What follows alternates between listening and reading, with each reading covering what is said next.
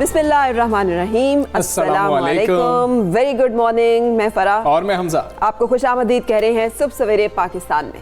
और आज हमजा ने ना एक ऐसी मेरे साथ तहकीक शेयर की है कि मैं तो जिसे कहते हैं ना दिल बाग बाग हो गया। उसकी वजह मैं आपको बाद में बताऊंगी, लेकिन तहकीक देखें, हम सोचते हैं कि हमारे दूध के दांत जब गिरेंगे उसके बाद दांत पहली दफ़ा जो है ना वो तो आ जाएंगे। हाँ। लेकिन उसके बाद जब दांत बुढ़ापे में या किसी बीमारी की वजह से आपके गिर जाते हैं तो दोबारा नहीं आएंगे, आपको मसनूई दांत लगवाने पड़ेंगे, जो कि लोग बहुत परेशान हो जाते हैं। महंगा एक प्रोसीजर भी है, लेकिन अब जो है ऐसा नहीं होगा। अब एक जो है ना एंटीबॉडी जो है साइंटिस्ट ने जो है ऐसा तलाश कर लिया है जो आपके जीन में एंटर किया जाएगा और उसके बाद आपके दांत दोबारा से आ जाएंगे। यानी कि आपके पक्के दांत भी अगर टूट जाएंगे ना उसके बाद दोबारा से दांत उग सकते हैं। तो अब आप आराम से किसी के दांत तोड़ सकते हैं, दांत खट्टे कर सकते हैं, सोचते हैं कि दांत वापस आ जाएंगे। वरना हम कहते थे एक एक दांत जो है वो जी 50-50, 60-60, 70 हज़ार का है। खैर ये जोक्स असाइड, ये जो है ना, मैंने जब ये हमजा ने ये रिसर्च अभी पढ़ी तो मेरे दिल में ना मैं कही थी सुभान अल्लाह। आप देखें, इंसान के एक दफ़ा दांत टूटते हैं और उसके जिस्म के अंदर वो एंटीबॉडी भी मौजूद है और सारा मैकेनिज्म मौजूद है जिससे वो दूध के दांत के बाद एक दफ़ा दूध निकल आते हैं। लेकिन फिर उसी एंटीबॉडी के साथ एक मॉलिक्यूल ऐसा अटैच हो जाता है कि जब तक वो अटैच रहता है वो दोबारा से दांत उगा नहीं सकती। उसकी तहकीक की गई कि ये जो एक मॉलिक्यूल अटैच होता है इसको कैसे हटाया जाए और दो मॉलिक्यूल जो कि अलग अलग पड़े हुए इनको कैसे जोड़ा जा सकता है कि दांत दोबारा से उगाएं। और मैं सोच रही थी अल्लाह ताला का क्या खूबसूरत निज़ाम हमारे जिस्म के अंदर भी काम कर रहा है मुसलसल, और हमें अंदाज़ा ही नहीं है कि छोटी छोटे एक एक मॉलिक्यूल के अंदर कितनी बड़ी ज़िंदगी, कितनी बड़ी ताकत, कितनी बड़ी नेमत जो है वो मौजूद है। तो शुक्र अदा करें हर उस सेहत के लिए, और इस कोविड के दिनों में तो हर उस घड़ी के लिए जिसमें अल्लाह ताला हमें सेहत भी दे, आफियत भी दे, सुकून भी दे, रज़्क़ भी दे। सो हमें तो बहुत थैंकफुल होना चाहिए हमजा। अगर एक मॉलिक्यूल जो है ऐसे ही है, वो साइंसदान कह रहे हैं कि हमें पता था ये USAG1 करके कुछ है इसका नाम, हमें पता था कि इसकी वजह से दांत दोबारा नहीं हो रहे होते। लेकिन जब हम तहकीक कर रहे थे तो 12 कोशिशों के बाद हमें ये मालूम हुआ कि भाई इससे दांतों को सिर्फ बचाया नहीं जा सकता, उगाया भी जा सकता है। उनको भी नहीं पता था कि शायद दांत दोबारा आ सकते हैं। अब चूहों के ऊपर तो इसका उन्होंने कर लिया, अब दीगर जो हैं कुछ जानवरों के ऊपर मजीद ट्रायल जो होता है या टेस्टिंग होती है वो की जाएगी। कुछ टाइम लग जाएगा इंसानों तक आने में, लेकिन चलें आ जाएगा, अच्छी बात है। और तिब्बी जर्नल जो है ना, ये जर्नल साइंसेज एडवांसेस, इसमें ये तहकीक शाया हुई है। अच्छा, अब मैं पहले बात पे आऊँ कि मैं क्यों इतनी खुश हुई इस पे। ये एक हमेशा से एक फोबिया रहा है, पता नहीं क्यों, कि दांत जो है ना वो उनको ना कुछ हो जाए। हाय दांतों को ना कुछ हो जाए। क्योंकि हमने बुजुर्गों को वैसे पहले, क्योंकि इतनी ज्यादा तब जो है आदत भी नहीं थी, लोग लगवाते भी नहीं थे, लोगों को पता भी नहीं था, हमने बुजुर्गों को बड़ा मुश्किल में देखा। लेकिन हमजा, मैंने एक खातून का इंटरव्यू किया था जिनकी उम्र बकौल उनके और 123 साल वो क्लेम करते थे। 123, और उस वक्त वो दुनिया की मेरे ख्याल में मोहम्मद तरीन खातून होंगी। और मैंने उन्हें जाके इंटरव्यू किया था और मैंने देखा कि उनके बाल भी काले आ गए थे दोबारा, उनके दांत भी नए उग रहे थे। अच्छा। हाँ, सो ऐसा भी अल्लाह ताला की तरफ से बहुत सारे मुआजिज़ात जो है वो होते हैं। सो मैंने ये भी अपनी आंखों से देखा भी हुआ है, उनसे मुलाकात भी की हुई और बातें भी की। चलें, अब हम जो है ना इस एंटीबॉडी का इंतजार कर रहे हैं सब, और आप सब भी बहुत खुश हुए होंगे। सबसे पहले बात तो हम करेंगे कोरोना वायरस की, क्योंकि रोज़ बरोज़ हम देख रहे हैं कि सूरत हाल ख़राब होती जा रही है। अब गुज़श्ता 24 घंटों के दौरान हमने 103 कीमती जानें जो हैं वो खो दी हैं। बिल्कुल सर। हमजा, आपको मालूम है कि इंडिया ने वो जो कहते हैं ना 1 लाख बंदा इन्फेक्शन एक दिन में, 1 लाख की बहुत बड़ा नंबर है, उसको टच कर लिया है। और ये हमारा हमसाया है, हम ये तशवीश की बात है। उनके पास वैक्सीन भी है, वो वैक्सीन बना भी रहे हैं, वो वैक्सीन रोल आउट भी कर रहे हैं। लोग उन पे तनकीद भी कर रहे हैं कि पूरी दुनिया को नहीं दे रहे, खुद ही लगाई जा रहे हैं। लेकिन इसके बावजूद वहाँ पर इतनी तेज़ी से फैलाव हो रहा है। यही मौसम है, यही तकरीबन आबो हवा और सूरत हाल है। सो हमें अपने यहाँ ये जो केसेस अभी कम है बहुत, उससे इसके बारे में तशवीश रखनी चाहिए और आगाही के साथ साथ हमें एहतियात भी करनी है। तो तीसरी लहर का फैलाव जो है बड़ी तेज़ी से जारी है। हुकूमत ने शहरियों के तहफ़्फ़ुज़ को महफूज बनाने के लिए कई सख्त इक़दाम किए हैं और बहुत सारी पाबंदियाँ लगाई जा चुकी हैं ऑलरेडी, जिसमें कारोबार के टाइमिंग जो है उनको शॉर्ट किया गया है, 2 दिन का ऑफ जो है वो कहा गया है। लेकिन अगर हालात बेहतर ना हुए तो मज़ीद पाबंदियों पर भी गौर किया जा रहा है। केसेस बढ़ने की शरह भी खासी तशवीशनाक हो चुकी है और अहम इक़दाम उठाए जाने का फैसला किया गया। हाँ जी, और मुल्क भर में मौमर अफराद की कोरोना वैक्सीनेशन अब घर पर की जाएगी। एक अच्छा फ़ैसला किया गया है। ज़राए ये बता रहे हैं कि 80 साल से ज़ायद उम्र के जो शहरी हैं ये इस सहूलत से फ़ायदा उठा सकेंगे। घर जाकर उनको वैक्सीन लगाई जाएगी और घर घर वैक्सीनेशन की सहूलत का अमल भी चारों सूबों में किया जाएगा। और हुकूमत ने कोरोना वैक्सीन ना लगवाने वाले रजिस्टर्ड अफराद तक रसाई का फैसला करते हुए कोरोना कॉल सेंटर्स के फौरी क़याम की मंजूरी भी दे दी है। अब गवर्नमेंट के पास तो ये सारे आदाद शुमार मौजूद हैं। ये भी अच्छी बात है जो लोग नहीं लगवा रहे और वो उस एज ग्रुप का हिस्सा है उनको राब्ता किया जाए कि आप लगवाएं, उनको कन्विंस किया जाए, ये बहुत ज़रूरी है। अच्छा हमजा, अजीबोगरीब मसाइल है। मेरे पेरेंट्स दोनों इस एज ग्रुप में और उन्हें लगनी ज़रूरी है, लेकिन उनका इसरार है कि तुम हमारे पास हो तो हम लगवाएंगे। अब वो कहाँ से वक्त आए कि उनके पास आप बैठ, क्योंकि अकेले होते हैं। ये बुजुर्गों का एक बहुत बड़ा मसला है जहाँ पे घरों में लोग मौजूद हैं। सो हमें उनकी ना ये काउंसलिंग अभी बहुत ज़्यादा ज़रूरी है। अच्छा, मैंने आप ऑफ पे थी, मैंने अपने वालिद साहब को लगवाई है वैक्सीन। अच्छा। जो है ना वो जाके उनको लगवाई है। वो बहुत ज़्यादा वो खुद भी चाह रहे थे, लेकिन जब वज़ीर आज़म साहब को वैक्सीन के बाद एक दफ़ा से हमें आया कि पॉजिटिव आया, थोड़े से कंफ्यूज हुए, लेकिन जब उनको समझ आ गई कि नहीं ये मामला ऐसा नहीं था, उनको पूरी डोज नहीं, दूसरी डोज नहीं लगी थी, तो उन्होंने लगवाया। साइकोलॉजिकल काउंसलिंग है ना, it should be very important and integral part of ये सारी कैंपेन की वैक्सीन लगाई जाए। इस वाले से बातचीत करेंगे माहिर वबाज डॉक्टर फैसल महमूद हमारे साथ हैं। गुड मॉर्निंग डॉक्टर साहब, बहुत शुक्रिया आपने हमें ज्वाइन किया। डॉक्टर साहब फरमाइएगा कि क्या सूरत हाल है आपके ख्याल में इस वक्त तीसरी लहर आप देख रहे हैं अपने हॉस्पिटल में भी कराची में, कि वहाँ पे क्या सूरत हाल है? लाहौर में जो आप सुन रहे हैं, पूरे मुल्क में जो आप सुन रहे हैं, आप क्या कहना चाहेंगे लोगों से? तो वालेकुम सलाम, थैंक यू बताने का। सो ये है कि सिंध के अंदर अभी केसेस लाहौर से तो निस्बतन कम है, डेफिनेटली पंजाब से अलबत्ता यहाँ पे भी अब थोड़ा आहिस्ता आहिस्ता के केसेस बढ़ना शुरू हो रहे हैं। थोड़ा सा दबाव अस्पताल में आ रहा है, जगह भी है, मगर लगता है ये कि शायद थर्ड वेव जो है यहाँ पे अभी पहुँचने वाली है, ये उसकी शुरुआत में। ठीक है। अच्छा, आप क्या सजेस्ट करेंगे? जैसे अभी हम डॉक्टर साहब डिस्कस कर रहे थे वैक्सीन से जुड़े हुए बहुत सारे मिथ्स, कॉन्सेप्ट्स, खौफ, फोबियाज, आप एज मतलब माहिर वबाई अमराज आप क्या फरमाएंगे? इसमें तो कोई शक नहीं है कि वैक्सीन बहुत ज़रूरी है। दूसरी चीज़, लोग बहुत परेशान है कि वैक्सीन से कोई साइड इफेक्ट तो नहीं होगा। अक्सर मुझे फ़ोन आता है कि मुझे ये बीमारी है कि वैक्सीन लगा सकता हूँ, नहीं लगा सकता। एंड आई थिंक एक चीज़ जो जहन में रखने की ज़रूरत है कि कोविड से मसले होने के चांसेस कई गुना ज़्यादा हैं। कोविड से मौत होने का शुबा वो शक होता है, शक तो नहीं मतलब हो जाता है, और रिकवरी के बाद भी एक्चुअली लोग काफ़ी अर्से तक बीमार रहते हैं। तो उस अगर नजरिए से देखें तो वैक्सीन काफ़ी सेफ है और वैक्सीन में हमने कोई ऐसे खास साइड इफेक्ट नहीं देखे। तो आई एग्री विद यू, जल्द से जल्द जाकर अपनी वैक्सीन लगवा लें। बिल्कुल ठीक है। डॉक्टर साहब, आपने अहम नुक्ते की तरफ खुद ही निशानदेही की। जो लोग सवाल कर रहे हैं, वाकई लोग बहुत परेशान हैं कि मुझे फलां बीमारी है, क्या मैं लगवा सकता हूँ कि नहीं? मुझे हेपेटाइटिस सी है, मैं लगवा सकता हूँ कि नहीं लगवा सकता? डायबिटिक हूँ, उस पर लगवा सकता हूँ कि नहीं? हार्ट प्रॉब्लम्स हैं, ये ज़रा बता दीजिएगा। तो एक्चुअली इसमें भी यही कि अगर फर्ज करें किसी को हार्ट प्रॉब्लम हो, कोई डायबिटिक हो, और उनको अगर कोविड हो, तो उनको पता है कि उनके अंदर शदीद बीमारी होने के चांसेस कई गुना ज़्यादा हैं। इसी तरह से जिनकी उम्र ज़्यादा है उनके अंदर भी शदीद बीमारी होने की शरह कई ज़्यादा है। इस वजह से उन लोगों में तो मैं कहता हूँ खास आपको लगाने की ज़रूरत है। ऐसा नहीं कि लगा सकते नहीं लगा सकते, आपको तो आप ही को तो लगानी है वैक्सीन। जी डॉक्टर साहब, इस वक्त गवर्नमेंट का जो इनिशिएटिव है वो 60 साल से ऊपर के लोगों के लिए है, तकरीबन 50 तक भी आ गया है, लेकिन यूथ जो हमारी है, जो कि एक बड़ी तादाद में है, जैसे हमारी एज ग्रुप के जो लोग हैं जिन्होंने बाहर जाना है, काम भी करना है, काम भी नहीं रुक सकता, उनके लिए आप क्या सजेस्ट करेंगे कि फिर उन्हें इंतज़ार करना चाहिए कि गवर्नमेंट की तरफ से कोई इस तरह की ड्राइव आए जिसमें इस एज ब्रैकेट को भी शामिल किया जाए, खुद से वो जो इस वक्त प्राइवेट इम्पोर्ट्स हैं उस पर जाके वैक्सीन करवा लें? तो मेरी तो राय होगी कि अगर आपके वैक्सीन की अगर बारी गवर्नमेंट वाली आ गई है या आपके पास इतना सहूलत है कि आप जाके अपनी वैक्सीन लगा सकते हैं, कमर्शियल तो आप लगा लें। जहीं से भी आपको वैक्सीन मिल रही है तो आप लगवा लें, क्योंकि ऑब्वियसली अगर आप वैक्सीन लगवा सकते हैं खुद से खरीद के, तो इसका मतलब है कि वो लोग जो जिनके पास शायद पैसा ना हो, जो मुस्तक ना हो, फिर वो अपनी गवर्नमेंट वाली लगा सकते हैं। तो इस तरह से हम मिल बांट के वैक्सीनेशन अपनी पूरी ड्राइव पाकिस्तान की खत्म कर सकते हैं। बिल्कुल ठीक है। डॉक्टर साहब, हमें ये भी आप बताइएगा कि हम पहले गवर्नमेंट के ऊपर बात करते रहे कि जब हमें यूके वेरिएंट का इल्म था तो हमने क्यों अपने एयरपोर्ट्स को जो है सिक्योर करने की कोशिश नहीं की। रिपोर्ट्स के हवाले से आया कि लोग जो हैं उसके अंदर अपने से कुछ रिपोर्ट्स बनवा लेते थे, आ रहे थे। अब सिंध ये बात कर रहा है कि बैनुल सूबाई जो ट्रांसपोर्ट है उसको बंद कर दिया जाए। ये भी वैसा ही मामला है कि एक सूबे से दूसरे सूबे के अंदर, जैसे एक मुल्क से दूसरे मुल्क के अंदर लोग कम ट्रैवल कर रहे हों। क्या आपको लगता है कि ज़रूरत है, क्योंकि सिंध की सूरत हाल खैबर पख्तूनख्वा और पंजाब से खासी बेहतर है, ये एहतियात का ही एक तकाजा है?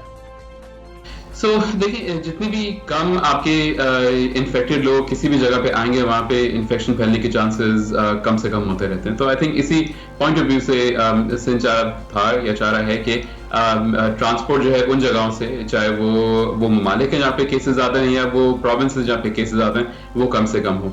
ऑब्वियसली ऐसे रिकमेंडेशंस में दूसरे मसले भी होते हैं, बिकॉज आपका कॉमर्स का मसला होता है, लोगों को आना जाना होता है, एंड देन स्क्रीनिंग करना बहुत मुश्किल है at the in points of entry पे। तो दोनों चीज़ों को बैलेंस करके चलना है। पर अगर थोड़े अरसे के लिए ट्रांसपोर्ट बंद कर दें या कम कर दें तो ऑब्वियसली फिर ये वायरस मुल्क के अंदर कम फैलेगा और ओवरऑल आपके रेट्स कम हो जाएंगे। बिल्कुल सही।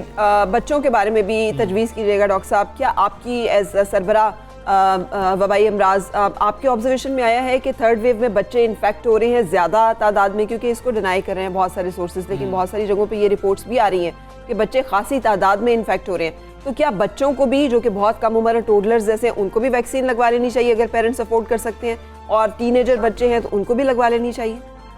देखिए, इसमें दो चीज़ें। एक तो ये कि इस वैक्सीन की जो स्टडीज़ हैं ये अभी कम उम्र लोगों में हुई नहीं है, अभी हो रही हैं।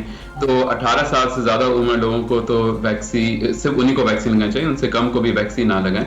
और दूसरा याद रखें कि वैक्सीन जो है ये इस वायरस को फैलने से रोकने का सिर्फ एक ही जरिया है। वैक्सीन के अलावा मास्क, लोगों से दूर रहना, हाथ साफ करना, वो तो अपनी जगह चलता रहेगा। ऐसा नहीं है कि आपने वैक्सीन लगा ली तो बस आप आज़ाद हो गए। और बच्चों को ऑब्वियसली आपको जो नॉर्मल जो आपके एहतियात हैं वो तो चलती रहेंगी आपकी। जी ठीक है डॉक्टर साहब, आप क्या देख रहे हैं? पहली लहर में हमारे पास कोई इंतजामात नहीं थे, अब तीसरी लहर है, इसमें इंतजामात खासे बेहतर है हमारे पास, हम बेहतर तरीके से जो लोग कोरोना से मुतासिर हो रहे हैं उनको डील कर सकते हैं। तो ना सिर्फ इंतजामात बेहतर हैं, पर इसके साथ साथ हमारे इलाज भी बेहतर हो गया। हमको ट्रीटमेंट जो है वो करना थोड़ी बेहतर आ गई है। और ये बहुत बड़ी वजह है कि हमारे फर्स्ट वेव और थर्ड वेव के अंदर अमात की शरह रिलेटिवली कम है। ठीक है जी ठीक है डॉक्टर साहब, बहुत शुक्रिया आपका। सुबह सवेरे पाकिस्तान सा बने। और आप अगर समझते हैं कि आपको कोई बीमारी है तो आपको ज़्यादा ज़रूरत है इस वैक्सीन की, सोचे ना कि मैं लगवा सकता हूँ कि नहीं। बिल्कुल, इस वक्त सोचने का फ़ायदा नहीं है, इसलिए कि इसके अलावा कोई, जैसे डॉक्टर साहब ने फरमाया है और वो सरबराह है वबाई अमराज के, कोई और वे आउट है नहीं। हाँ जी। तो जब कोई और रास्ता नहीं है तो बजाय इसके कि वो सिटिंग डक की तरह, मैं हमेशा वही अगर आपने चूज़ करना हो बिटवीन डेविल एंड सी तो कोई एक चॉइस तो आपको करनी ही पड़ेगी। क्योंकि देखें जी, नाई की दुकान पे तो वैक्सीन नहीं बनने वाली जहाँ पे आपको पता लग रहा है कि इस वैक्सीन के अंदर चिप है, ये आपके अंदर लग जाएगी और आपका पता नहीं कैसे कंट्रोल कर लिया जाएगा। एक बड़ा तो आपके पास कोई और सोल्यूशन नहीं है, वो नाई नहीं बनाने वाला। एक बड़ा अच्छा मीम चल रहा था सोशल मीडिया में, मैंने बड़ा एंजॉय किया कि दुनिया जो है वो लेबोरेटरीज है, साइंटिस्ट लगे हुए हैं रिसर्च करके वैक्सीन बनाने में, और पाकिस्तान में लगा हुआ खरबूजा खाइए, कोरोना भगाइए। सो ये भी अच्छा है कि आप अपनी डाइट के जरिए अपनी इम्यूनिटी बिल्ड करें, ये बहुत अच्छा है। मगर उसके साथ साथ साइंस और तहकीक जो कह रही है उसको भी फॉलो कर लीजिए। हाँ जी बिल्कुल जी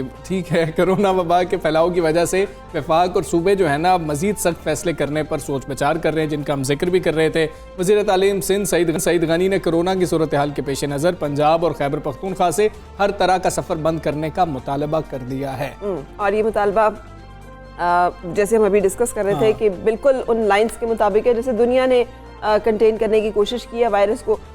उनका कहना है कि कोरोना सूरत हाल पर सिंध में पंजाब और खैबर पख्तूनख्वा वाले हालात नहीं है। पंजाब और केपी से बैन सूबाई ट्रांसपोर्ट, ट्रेन और हवाई सफ़र बंद किया जाए, क्योंकि लोग आते जाते रहेंगे तो वायरस लोगों को नुकसान पहुंचाएगा। और उधर पंजाब में भी कोरोना SOPs पर सख्ती से अमल दरामद जो है वो कराया जा रहा है। कोरोना वायरस के बढ़ते केसेस के पेश नज़र यहाँ लाहौर में मजीद 9 इलाकों में स्मार्ट लॉकडाउन जो है वो नाफिज कर दिया गया है। लाहौर में केवलरी ग्राउंड है, पंजाब हाउसिंग सोसाइटी है, मॉडल टाउन के कुछ ब्लॉक्स हैं, यहाँ पे लॉकडाउन लगा दिया गया है। और रातागंज बख्श टाउन में मुख्तलिफ ऐसे एरियाज हैं छोटे छोटे, जैसे कि राजगढ़ है, चौहान रोड है, शादमान कॉलोनी है, इस तरह से इस्लामपुर और शाहजमाल जो केचरे का इलाका है उसको भी बंद कर दिया गया। और क्रीम ब्लॉक को भी जो है लामा इकबाल टाउन में है, जहाँ पे क्रीम मार्केट बहुत ज्यादा मशहूर है, वहाँ पर भी स्मार्ट लॉकडाउन नाफिज कर दिया गया। ये तमाम एरियाज वो हैं जहाँ पे लोग इतने जमा रहते हैं और वहाँ पे आप अगर गाड़ी भी ले जाए ना तो आपका निकलना मुमकिन नहीं है। सो अब यहाँ पे आप देख लें कि जहाँ जहाँ लोगों ने नजरअंदाज किया है उन SOPs को, वहाँ पे फिर लॉकडाउन की सूरत हाल पैदा हो चुकी है। सो इस हवाले से हम बातचीत करेंगे पार्लिमानी सेक्रेटरी हेल्थ नौशीन हामिद साहिबा से। Thank you very much for joining us. अस्सलाम वालेकुम।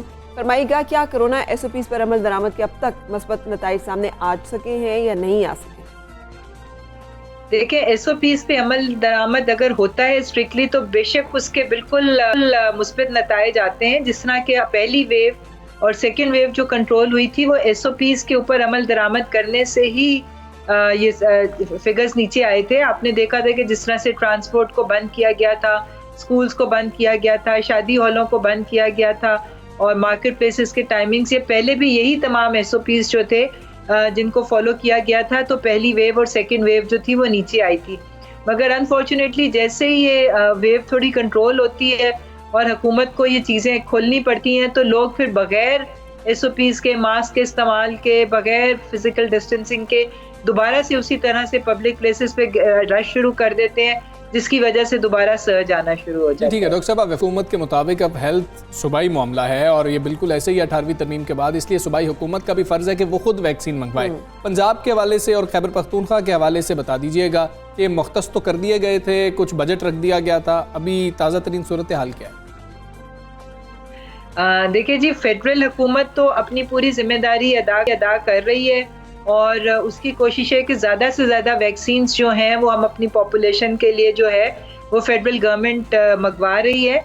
मगर चूँकि हमारी पॉपुलेशन बहुत ज़्यादा है और 22 मिलियन लोगों की आबादी है ये, जिसमें से हमने कम से कम 70-75% को जो है वो वैक्सीनेट करना है।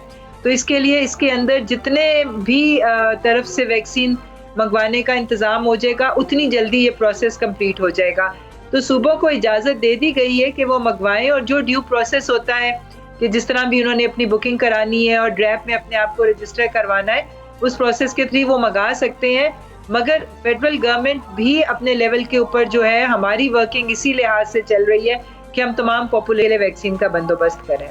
बिल्कुल सही। ये भी फरमाइएगा कि रमज़ान में SOPs के अमल दरामद के हवाले से हुकूमत ने क्या पॉलिसी अपनाई है? क्या आज के इजलास में वैसे इसके बारे में भी फैसला होगा NCOC के, लेकिन ईद से पहले बाज़ारों की टाइमिंग में तब्दीली लाने के बारे में भी गौर किया जा रहा है, क्योंकि ताजरों का बड़ा एहतजाज है कि यही दिन है जिसमें लोग मार्केट में आते हैं, ईद के जोड़े बनवाते हैं, और वहाँ पर अगर कारोबार बंद होगा तो कैसे उनका काम चलेगा?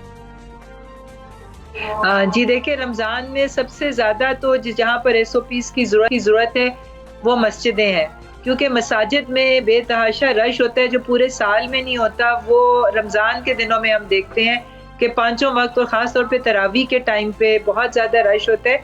तो उसके लिए SOPs बाकायदा NCOC ने जारी कर दी हैं और प्रेसिडेंट अलवी साहब ने तमाम उलमा से और जो मशाइख थे उनसे भी वीडियो लिंक के ज़रिए बातचीत की है कि उसके ऊपर अमल दरामद जो है उसको यकीनी बनाया जाए। 50 साल से बड़ी उम्र के और छोटे बच्चों की मस्जिद जो है उनको दरख्वास्त की गई है कि वो लोग मस्जिद में ना आए।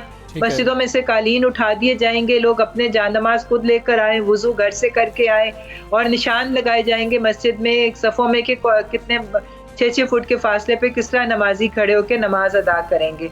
तो ये पिछले साल भी इन पे अमल दरामद हुआ था और उसका फ़ायदा हुआ था। इस साल भी वो तमाम SOPs जो हैं वो इशू कर दिए गए हैं और उलमा से दरख्वास्त की है कि वो उसके ऊपर अमल दरामद कराने में। ये एक जो है तनकीद हो रही है गवर्नमेंट के ऊपर कि पाकिस्तान में वैक्सीन का जो अमल है, वैक्सीनेशन का जो अमल है, वो बहुत ही सुस्त रवि का शिकार है और शायद 50 साल लग जाएंगे अगर हम इसी रफ्तार से चलते रहे तमाम लोगों को वैक्सीनेट करते करते। तो इसको तेज़ करने के लिए क्या इकदाम किए जा रहे हैं? 50 साल से कम अफराद के लिए जो है रजिस्ट्रेशन का आगाज़ कब से कर दिया जाएगा? जी 50 साल से ऊपर की तो रजिस्ट्रेशन कोई हफ्ता 10 दिन हुए हैं, शुरू हो गई हुई है। अब जैसे इनको वैक्सीन लगने का अमल शुरू होगा, क्योंकि अभी 60+ का लग रहा है, जब इनके लिए वैक्सीन लगने का अमल शुरू हो जाएगा तो उसके बाद फिर 50 से कम उम्र के लिए भी आ जाएंगे। और इस वक्त हुकूमत की पूरी कोशिश है कि हम इस वैक्सीन के अमल को तेज़ से तेज़ तर करें। तकरीबन 10 लाख के करीब, मतलब 9.25 लाख के करीब लोगों को वैक्सीन जो है वो लग चुकी हुई है। और इसमें मैं आपको ये बता दूं कि शुरू में ये प्रोसेस बेशक बहुत स्लो था, क्योंकि लोग रजिस्ट्रेशन भी करवाने में हिचकिचा रहे थे और जिन लोगों ने रजिस्ट्रेशन कराई थी वो भी सामने नहीं आ रहे थे। अब सूबों को टारगेट दे दिया गया है कि उन्होंने कम से कम दिन में जो है एक फिक्स तादाद की वैक्सीनेशन लाजमी करनी है। तो उसके नतीजे में हमने देखा है कि इतने पूरा 1 महीने के अंदर जितनी वैक्सीनेशन नहीं हुई थी उतनी ये पिछले जो 1 हफ्ता है इसके अंदर 2 लाख से ऊपर वैक्सीनेशन एक ही हफ्ते में हुई हैं। तो इससे हमें नज़र आ रहा है कि अब ये वैक्सीनेशन का अमल जो है वो तेज़ हो रहा है, क्योंकि लोग भी अब सामने आना शुरू हो गए। शुरू में हिचकिचा रहे थे, वो देखना चाह रहे थे कि जिनको वैक्सीन लग रही है उनके ऊपर क्या उसके इफेक्ट्स होते हैं, तो अब कॉन्फिडेंस बिल्ड हो रहा है और लोग खुद भी अब सामने आ रहे हैं वैक्सीन लगवाने के। ठीक है, स्कूलों को स्कूल्स के हवाले से भी बता दीजिएगा। आज भी एनसीओसी का जो एक इजलास, उसमें यहाँ फैसला किया जाएगा कि कब स्कूल खोले जाएं। क्या पंजाब हुकूमत 11 अप्रैल से स्कूल खोलने के हक में जो है आप उसकी समझती है कि मुनासिब फैसला है, स्कूल खुल जाने चाहिए?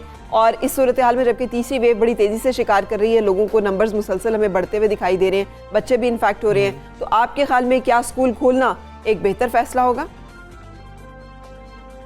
देखिए जी, ये सब कुछ तो डिपेंड करेगा कि डेटा हमारे पास क्या आता है मुख्तलिफ शहरों से, यानी कि मुख्तलिफ शहरों में पॉजिटिविटी रेट कितना है।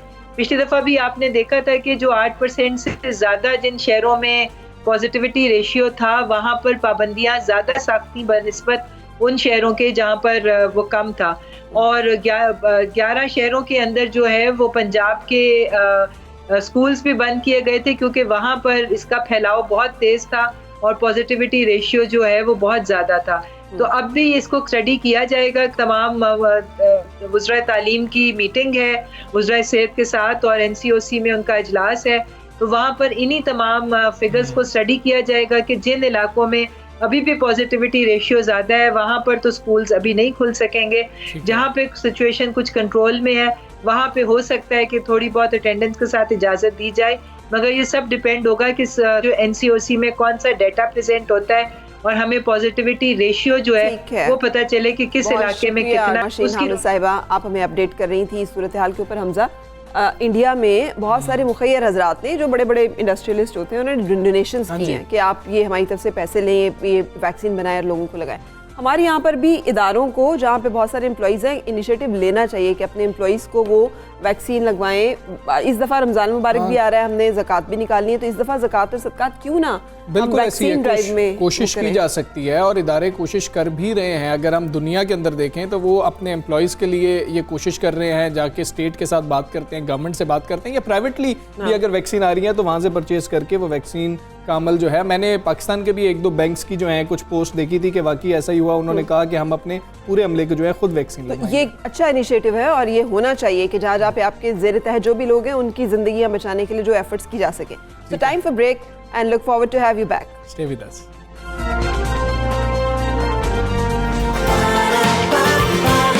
सुबह सवेरे पाकिस्तान, सुबह सवेरे पाकिस्तान।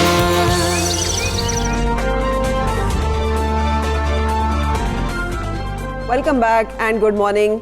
हम सुबह सवेरे पाकिस्तान से इस वक्त जो आपके साथ स्टोरी शेयर करने लगे हैं उसका ताल्लुक हायर एजुकेशन कमीशन से है।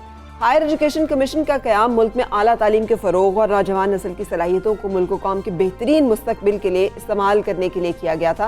लेकिन सवाल ये है कि हायर एजुकेशन कमीशन से तालीम में क्या बेहतरी आई है ना? हाँ जी, बिल्कुल ऐसी। और अफसोसनाक अमर इसमें यह है कि HEC हमेशा से ऐसे कवानीन वज़ा करता रहा जो मुल्क में आला तालीम के मामले में फ़िरक़ैन के लिए मुश्किलात का बाइस बनते रहे। और अब तो ऐसी सूरत हाल हो गई कि फ़िरक़ैन से पूछा ही नहीं जा रहा था और फैसले मुसल्लत किए जा रहे हैं। ऐसे नामुनासिब इक़दामात से ना सिर्फ आला तालीमी सरगर्मियों को पनपने में मुश्किलात पेश आ रही हैं बल्कि HEC मुल्क भर में आला तालीम के फ़रोग़ पर मनफी असरात मुरतब कर। बिल्कुल, आला तालीम के इस दौर में दुनिया भर में तालीमी इदारों को बुनियादी फ़रीक गर्दाना जाता है। दीगर दो इतने ही आम फ़रीक़ैन में असातिज़ा और तलबा भी शामिल हैं। तालीमी इस्लाहात नाफिज करने वाले इदारों का किरदार बुनियादी फ़राकीन यानी आला तालीमी इदारों को सहूलतें फराहम करना और उन्हें मजबूत बनाना होता है। इसी तरह असातिज़ा और तलबा तक खुद ब खुद उसके साम्राज्य में पहुँच जाते हैं। लेकिन बदकिस्मती से हमारे यहाँ सूरत हाल से बिल्कुल मुख्तलिफ है।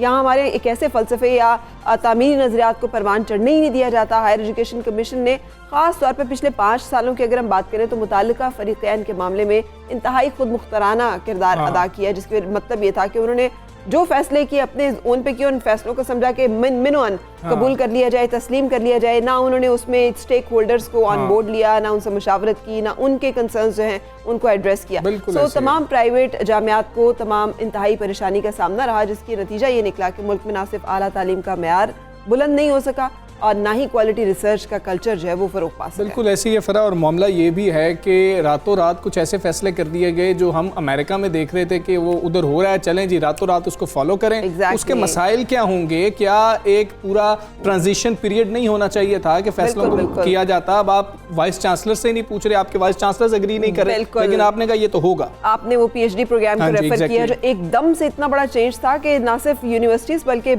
तालिबात, पेरेंट्स, हर शख्स जो है हक्का बक्का रह गया कि अब कैसे होगा, ये जो लोग ऑलरेडी इस प्रोग्राम में वो क्या होंगे। सो इस हवाले से हम बातचीत करेंगे। हमारे साथ chairman vice chancellors committee doctor Mohammad Ali Shah साहब मौजूद है, हमारे जो कि सरबराह हैं वाइस चांसलर्स कमेटी के भी।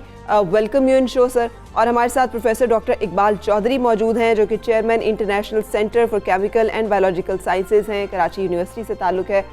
वेलकम डॉक्टर इकबाल चौधरी साहब, शुक्रिया आप दोनों के वक्त देने के लिए। पहले डॉक्टर मोहम्मद अली शाह साहब आपसे हम बात करना चाहेंगे, जानना चाहेंगे कि आप बतौर वाइस चांसलर कमेटी के सरबराह के एक बड़े स्टेक होल्डर हैं, HEC के इस वक्त कौन से बड़े बड़े चैलेंजेस हैं जो आप समझते हैं कि HEC भी उनका सामना कर रहा है और जामियात भी उनका सामना कर रही हैं?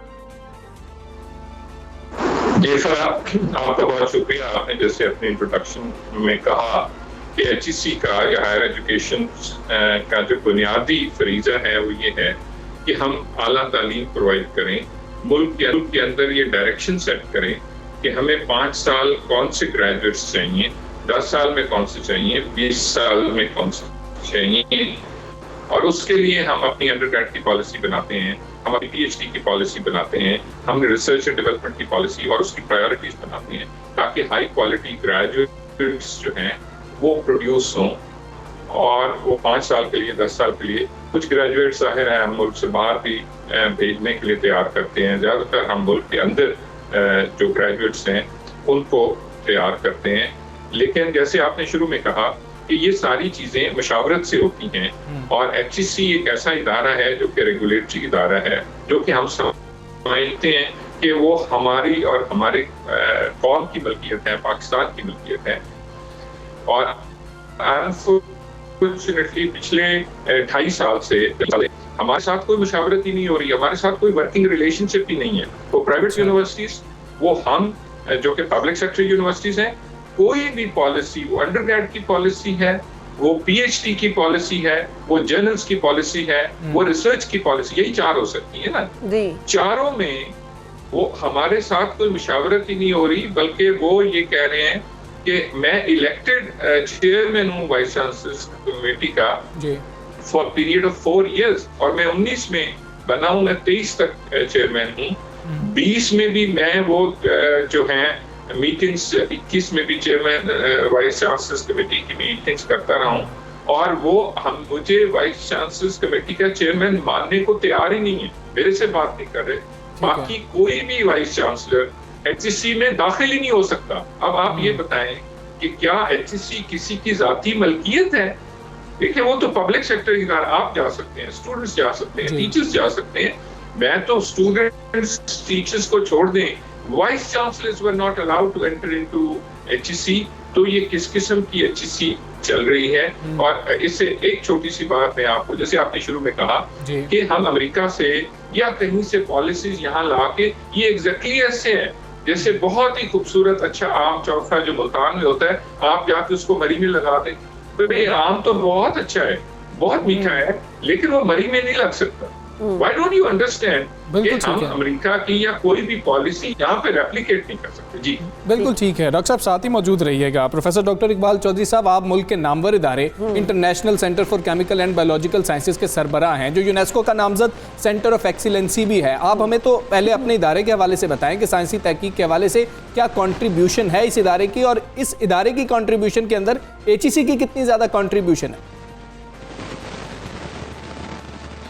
देखिए, बहुत शुक्रिया कि आप प्रोग्राम अरेंज किया, बहुत इम्पोर्टेंट था, क्योंकि एक्स चेयरमैन साहब ने अपने डिसमिसल के बाद बहुत ही मनफी बातें की हैं। उनमें से बहुत सारी ऐसी हैं जो किसी तौर पे भी तहजीब के दायरे में नहीं आती, और उन्हें न सिर्फ एक इंडिविजुअल्स को मलाइन किया बल्कि इदारों को भी बदनाम करने की कोशिश की गई है। बहुत बदकिस्मती की बात है कि जो इदारे आप दहाइयों में बनाते हैं मेहनत करके, और तहकीक के वो इदारे जो पूरी दुनिया में पाकिस्तान की पहचान है, उनके मुतालिक इस तरह के अल्फाज इस्तेमाल करना यकीनी तौर पे ये मुल्क के लिए एक ख़तरनाक बात है।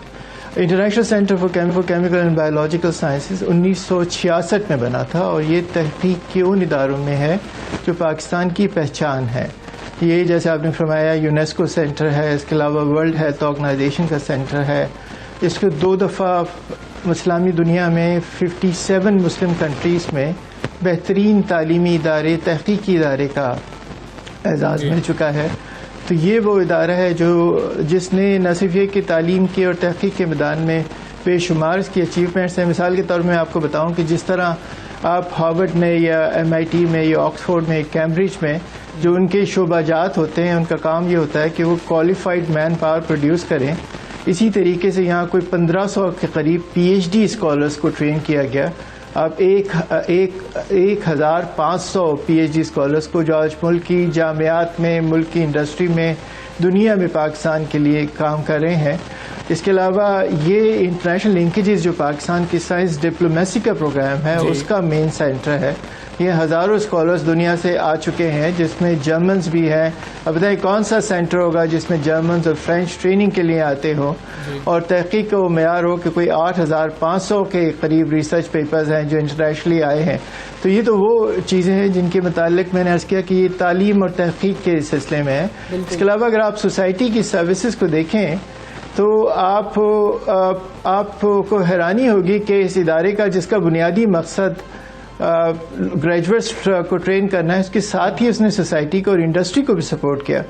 और जो हमारे फाउंडिंग फादर्स का विजन था इसमें प्रोफेसर सलीम ज़ुमा सिद्दीकी ने, प्रोफेसर तारुमान जैसे बड़े लोगों ने जो हमारे कौमी हीरो हैं उन्होंने अपनी पूरी ज़िंदगी सर्व की। तो आप देखें इसमें पाकिस्तान की सिंध फोरेंसिक DNA लेबॉरेटरी है जो सबसे सोफिस्टिकेटेड DNA लेबॉरेटरी है जो पूरे कानून के निज़ाम को यहाँ सिंध के सूबे में सपोर्ट करती है। इसमें मुस्तकिल इंडस्ट्री को सपोर्ट होता रहता है। यहाँ पे कुछ 700 के करीब इंडस्ट्रीज़ को सपोर्ट करते हैं। एक बड़ा आला मेयार का इंडस्ट्रियल एनालिटिकल सेंटर है। यहाँ पे एक वायरोलॉजी का सेंटर है जहाँ पे वायरसेस पे रिसर्च होती है और इस कोविड के दरमियान में कोई 1,50,000 के करीब टेस्ट हुए हैं। तो बेशुमार ऐसे काम हैं जो किए गए हैं और बुनियादी तौर पे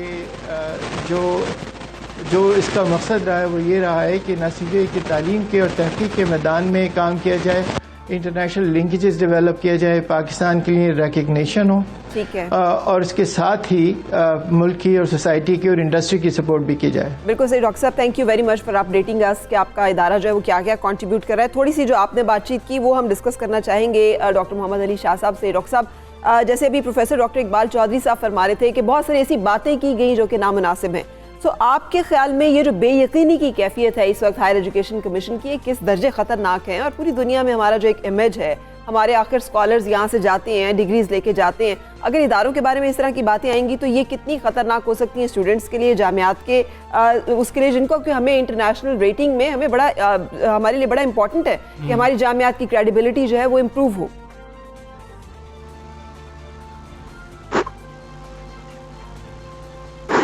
बहुत शुक्रिया। देखें, सबसे जो टॉप की इंटरनेशनल रैंकिंग में यूनिवर्सिटी है वो कायद-ए-आज़म यूनिवर्सिटी जी। और एक शख्स वहां बैठा हुआ, कायद-ए-आज़म जैसे हमारा HEJ सेंटर है जो डॉक्टर साहब ने बताया, ये हमारी शनाख्त है। इसी तरह कायद-ए-आज़म यूनिवर्सिटी इस मुल्क की शनाख्त है, दुनिया की बेहतरीन जामियात में शामिल होती है और उसको टारगेट शख्सी वो जो है उस पर किया जा रहा था। देखिए, बात सिर्फ ये है कि हायर एजुकेशन के अंदर वो एक जाती जागीर बना के वहां पे 15-16 जो है वो एडवाइजर्स गैर कानूनी लगा के, वो जो गैर कानूनी एडवाइजर्स हैं वो अपनी नौकरी को एक आप फ्रेंड्स का क्लब बनाते हैं और उसमें कोई भी एकेडमिया का आदमी हायर एजुकेशन में काम नहीं कर रहा। आप यहाँ से अंदाजा लगाएं कि एक इदारा है जिसके मेजर स्टेक होल्डर्स हैं, जैसे आप ये कहती हैं कि जी सर्विसेज हॉस्पिटल लाहौर में कोई डॉक्टर काम नहीं, ये एग्जैक्टली ऐसे है कि हायर एजुकेशन कमीशन वहाँ मौजूद है लेकिन एकेडमिया का कोई आदमी नहीं है वो ये कहते हैं कि पाकिस्तान के कोई एकेडमिया के लोग इस काबिल, लेकिन हम इस चीज को भी छोड़ देते हैं। हम सिर्फ एक बात करते हैं कि 3 साल इन्होंने किया क्या रिफॉर्म। वो ये कहते हैं कि HJ जवाब दे, वो ये कहते हैं कि कायद-ए-आज़म यूनिवर्सिटी जवाब दे। हम जवाब देने को तैयार हैं, वो भी तो जवाब दें कि उन्होंने 2.5 साल में क्या किया। उन्होंने हमारे सारे फॉरेन स्कॉलरशिप्स बंद कर दिए, उन्होंने ट्रेवल ग्रांट्स बंद कर दी, उन्होंने कॉन्फ्रेंसेस बंद कर दी, उन्होंने रिसर्च प्रोजेक्ट्स का कहते हैं ये रिसर्च प्रोजेक्ट्स जो हैं ये टीचर्स जो है पैसे ज़ाया कर देते हैं। हमने जाके कोई बरतानिया में तो जाके रिसर्च नहीं करनी ना, हमने पाकिस्तान के जो प्रॉब्लम्स हैं उसके ऊपर रिसर्च करनी है। हमारे शहर के कौन से प्रॉब्लम है, लाहौर के कौन से हैं, कराची के कौन से हैं, इस्लामाबाद के कौन से हैं। और उसके अलावा जो सबसे अहम बात यह है कि जो आपने अंडरग्रेड की पॉलिसी दी वो सारे प्राइवेट यूनिवर्सिटीज और पब्लिक सेक्टर यूनिवर्सिटीज ने रिजेक्ट कर दी। जो आपने PhD की पॉलिसी दी अच्छा, और साथ हमें लेटर आ रहा है। ठीक है डॉक्टर साहब, आप हमारे साथ ही जरा मौजूद रहिएगा। अब करेंगे डॉक्टर इकबाल चोई साहब से। डॉक्टर इकबाल चोई साहब, जिस तरह से डॉक्टर मोहम्मद अली शाह साहब फरमा रहे हैं कि कुछ हेल्प ही नहीं की जा रही, कुछ कंट्रीब्यूट नहीं किया जा रहा, अगर VCs को एंटर नहीं होने दिया जा रहा तो फिर स्टूडेंट्स का मुस्तकबिल क्या होगा। गैर यकीनी की जो सूरत हाल है, साइंसी तहकीक के फ़रोग की हम बात करते हैं, लेकिन पाकिस्तान में हमने देखा ये कल्चर जो है पनप ही नहीं सका। क्या HEC ने कोशिश ही नहीं की? क्या हम उस सम्त में जा ही नहीं रहे कि जहां पर हम सोचें कि हमारे बच्चे भी कुछ जो है साइंसी तहकीक करेंगे? देखिए, मैं तो बड़ा ऑब्वियस है इसको समझना कि ये एक ख़ास एजेंडे के साथ तशरीफ़ लाए थे, और वो ये था कि मुल्क में तालीम और तहकीक को ख़त्म करना है। और आप देखिए सिस्टमेटिक पैटर्न है जिसमें पहले दिन से लेकर अब तक कि उन्होंने यूनिवर्सिटीज़ को वीकन किया, रिसर्च सेंटर्स को वीकन किया, उनकी फंडिंग काटी, ऐसे ऐसे आमिराना किस्म के इक़दाम किए जिससे क्वालिटी कॉम्प्रोमाइज़ होती है। ये क्वालिटी की बात करते हैं, फैक्ट यह है कि जो quality standards professor Ataur Rahman साहब के ज़माने में थे, चाहे वो PhD के हों, चाहे वो प्राइवेट यूनिवर्सिटीज़ के लिए रिक्वायरमेंट्स हो, चाहे पब्लिक सेक्टर के लिए हो, उनकी रैंकिंग हो, जर्नल्स की, वो तमाम चीज़ें सिस्टमेटिकली ख़त्म की गई। तो हो ये रहा है कि ये एक एक्सट्रीम फ्रस्ट्रेशन है। अब देखिए, हज़ारों PhD स्कॉलर्स हैं जिनको ना रिसर्च ग्रांट मिलती है, ना कोई और फैसिलिटीज़ जो HEC का बुनियादी फंक्शन है वो मिलती है। तो ये एक बुनियाद रख दी गई है ब्रेन ड्रेन की, और ये इसको पर्सनली सुपरवाइज करना चाहते थे इस तबाही को। तो ये हमारी खुशकिस्मती है कि हमें अल्लाह का शुक्र है कि इनसे हमारी जान छूटी, और ये इस वजह से बहुत फ्रस्ट्रेटेड हैं और ऐसे इल्ज़ामात लगा रहे हैं जिनकी कोई बुनियाद नहीं है, जिनकी कोई सब्सटेंस नहीं है।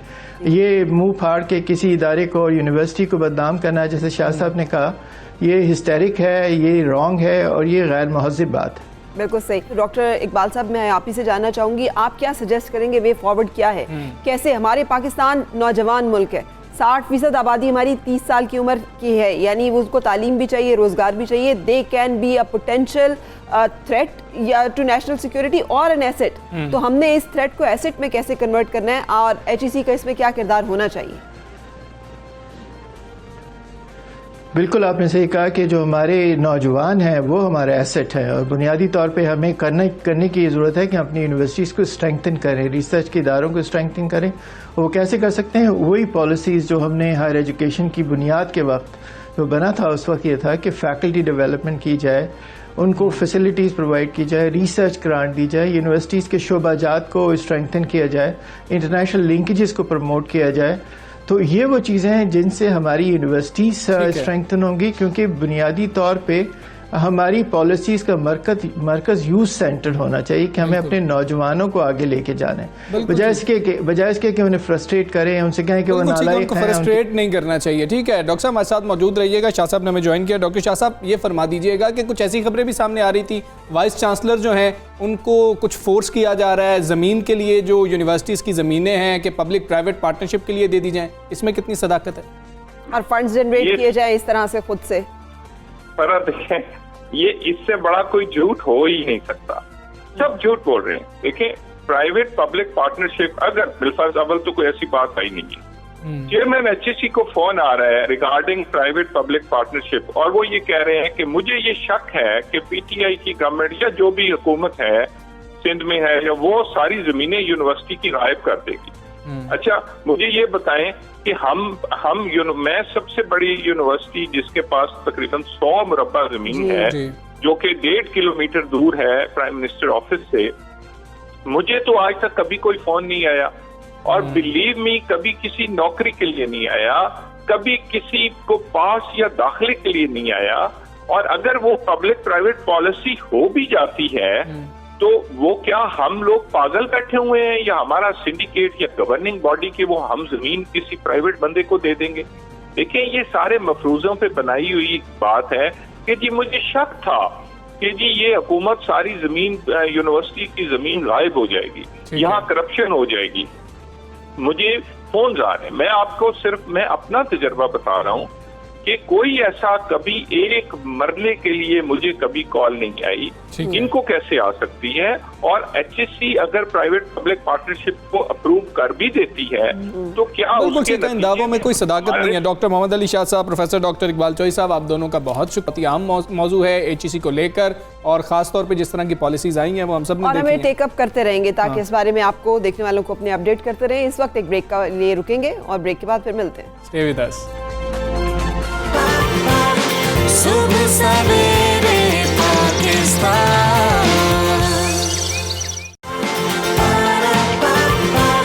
सुबह सवेरे पाकिस्तान।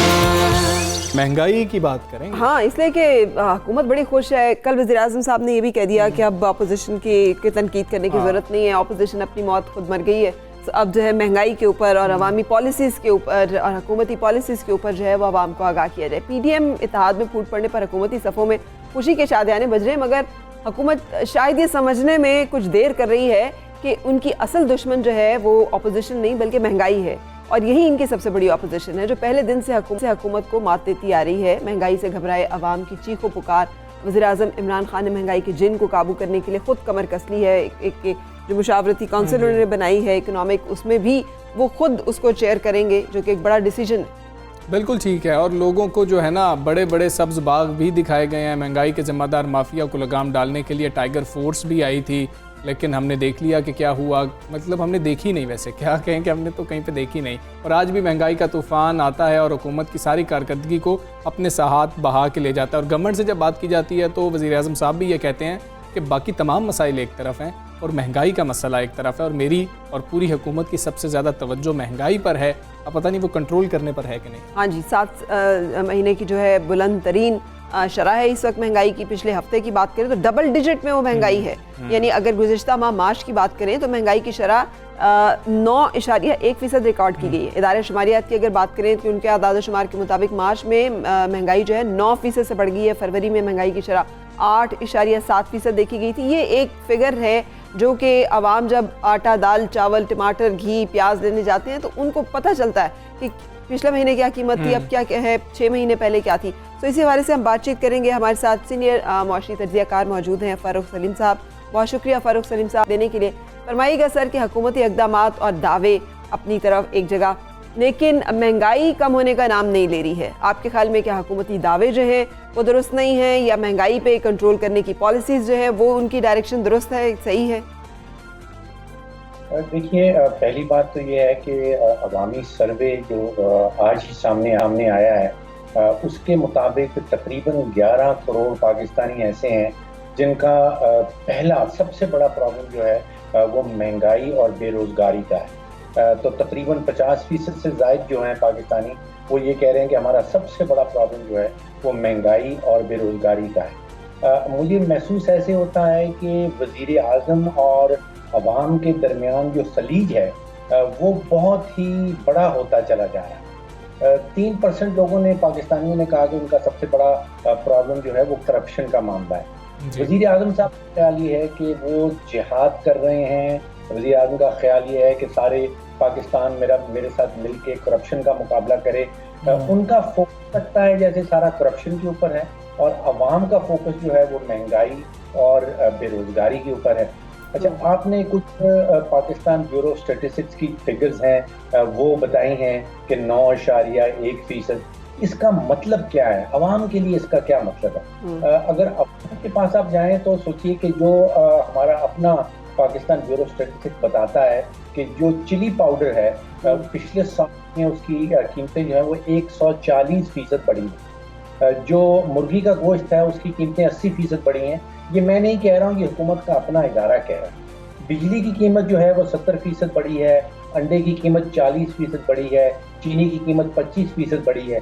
मेरा कहने का मकसद ये है कि ये जो 9.1 और इस किस्म की फिगर्स हमारे सामने आती हैं, इनका मतलब अवाम के हवाले से कोई खास नहीं है। अवाम आ रहा है वो खुराक की कीमतों का आ रहा है, और वो खुराक की इन्फ्लेशन को देखता हूँ और उसकी वजह ये है 70% पाकिस्तानी जो हैं वो 70% अपनी आमदन जो है वो खुराक के ऊपर खर्च कर देते हैं। तो खुराक की कीमतें बढ़ रही हैं। अब रमज़ान के महीने में पाकिस्तानी खानदान जो अफोर्ड कर सकते हैं वो ज़कात के डब्बे आपने देखा है बहुत ज़्यादा बनते हैं ताकि गरीब बांटे जाएं। अब एक ज़कात का डब्बा जो पिछले साल बन रहा था जिसमें तकरीबन 17 आइटम है, जिसका भी आपने भी जिक्र किया, जिसमें आटा है, चीनी है, वो 17 आइटम का एक डब्बा जो है वो 2000 आज वही डब्बा 17 आइटम का जो है वो 3000 रुपए का बन रहा है। मतलब ये 50% कीमतों में इजाफा हुआ है खाने की कीमतों। बिल्कुल ठीक है, और आमदन तो बढ़ी ही नहीं है। डॉक्टर साहब आप बात कर रहे थे अवामी सर्वे की, कि अगर अवाम से हम बात करें तो अवाम क्या बताएंगे कि हमारे मसाइल क्या हैं, तो हमने अवाम से बात की कोशिश की है, वो क्या कहते हैं आपको वो भी सुनाते हैं।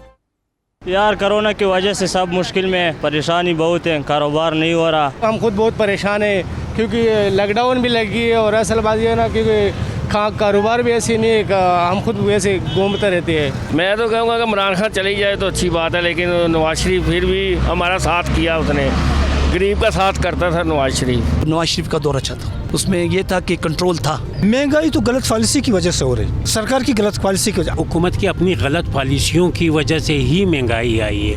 कमी ये ला नहीं सकते, अगर लाते हैं 12 पैसे की, 10 पैसे की, 1 रुपये की, उसकी औकात क्या है? यहाँ पे इतना महंगाई है, अफोर्ड करना बहुत मुश्किल है आम बंदे के लिए। एक सैलरी आप देख सकते तो 20-25 से आप क्या ले सकते हो? दिन ब दिन गुजारा मुश्किल हो रहा है, गरीब आदमी का तो मुश्किल है गुजारा, अमीर का तो चल रहा है चूल्हा।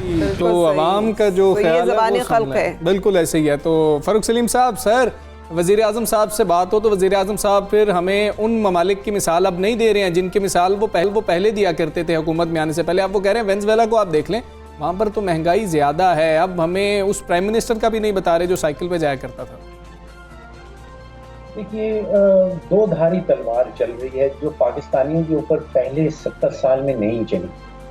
एक तो ये है कि जिस रफ्तार से पिछले 2 सालों में कीमतें बढ़ी हैं, आप अंदाज़ा कीजिए कि 2-2.5 साल पहले 35 रुपए किलो आटा और आज 70-75 रुपए।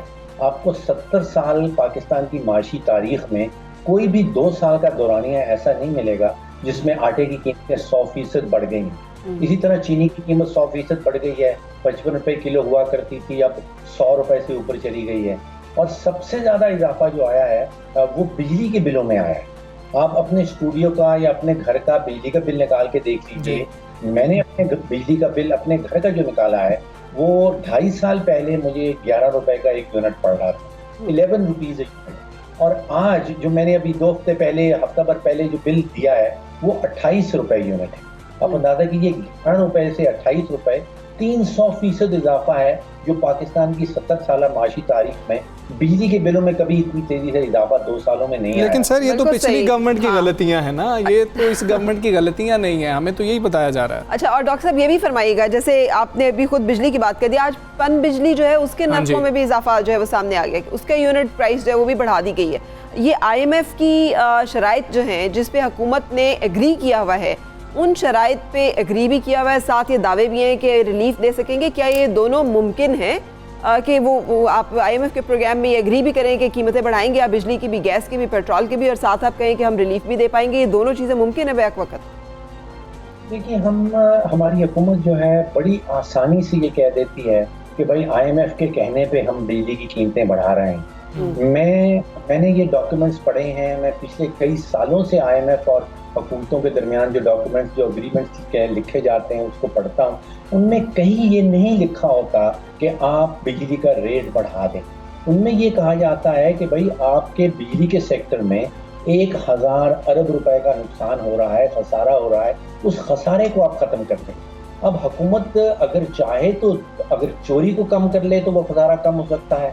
जो वसूलियाँ हुकूमत नहीं कर पा रही, यानी कि 100 रुपए का अगर बिल जाता है, वसूली 90 रुपए की होती है, तो हुकूमत वसूली करने में फेल हो जाती है, हुकूमत चोरी रोकने में फेल हो जाती है, तो फिर उसके पास सिर्फ एक ही हरबा बचता है कि रेट बढ़ा दिया जाए। तो IMF के कहने पे रेट नहीं बढ़ाया जाता। IMF तो ये कहता है अपना खसारा खत्म करें। तो ये हुकूमत ने खुद से सोचना, खुद से पिक करना है कि क्या वो चोरी कम करके ठीक करेगी, मामला खसारा खत्म करेगी, या वसूली बढ़ा के खसारा खत्म करेगी, और या फिर रेट बढ़ा के खसारा खत्म करेगी। तो IMF हमें नहीं कह रहा कि आप रेट बढ़ा दें, IMF कह रहा है कि आप अपना खसारा खत्म कर दें। तो खसारा खत्म नहीं कर पाते। अच्छा, फिर आपने अभी कहा कि शायद पिछली हुकूमतों की वजह से हो रहा था। अगर हुकूमत ये कह रही है, हमें ये बता रही है पिछले 2-2.5 सालों से कि जो सब कुछ हो रहा है ये पिछली हुकूमत की वजह से हो रहा है, अगर ये पिछली हुकूमत की वजह से हो रहा है तो फिर अपने वजीर ख़जाना को हटाने की क्या ज़रूरत थी? फिर अभी से सारा इल्ज़ाम महंगाई का उनके सर पे डाल दिया गया। तो बहुत सारे तजादात हैं जो सामने आ रहे हैं। बिल्कुल सही, बहुत शुक्रिया। फारूक साहब हमारे साथ थे और अपडेट कर रहे थे हमें महंगाई के ऊपर हुकूमती पॉलिसीज़ के हवाले से अपनी राय से। हमसा एक जो हमने नजर, हम बात करें आर्टी चीन, हम तो अभी ख़त गुर्बत और उसके नीचे रहने वाले लोगों की ही बात करें। वो जो बेचारी मिडिल क्लास है ना, जो सफ़ेद पोश जो तबका बिल्कुल पिस गया है, जिन्होंने सफ़ेद पोशी का भरम भी रखना है, बच्चों के स्कूल की फीसें भी देनी है, वो स्कूल जो कि हर साल अभी नोटिस आ गए हैं पेरेंट्स को कि 20% इजाफा जो है ना वो होगा।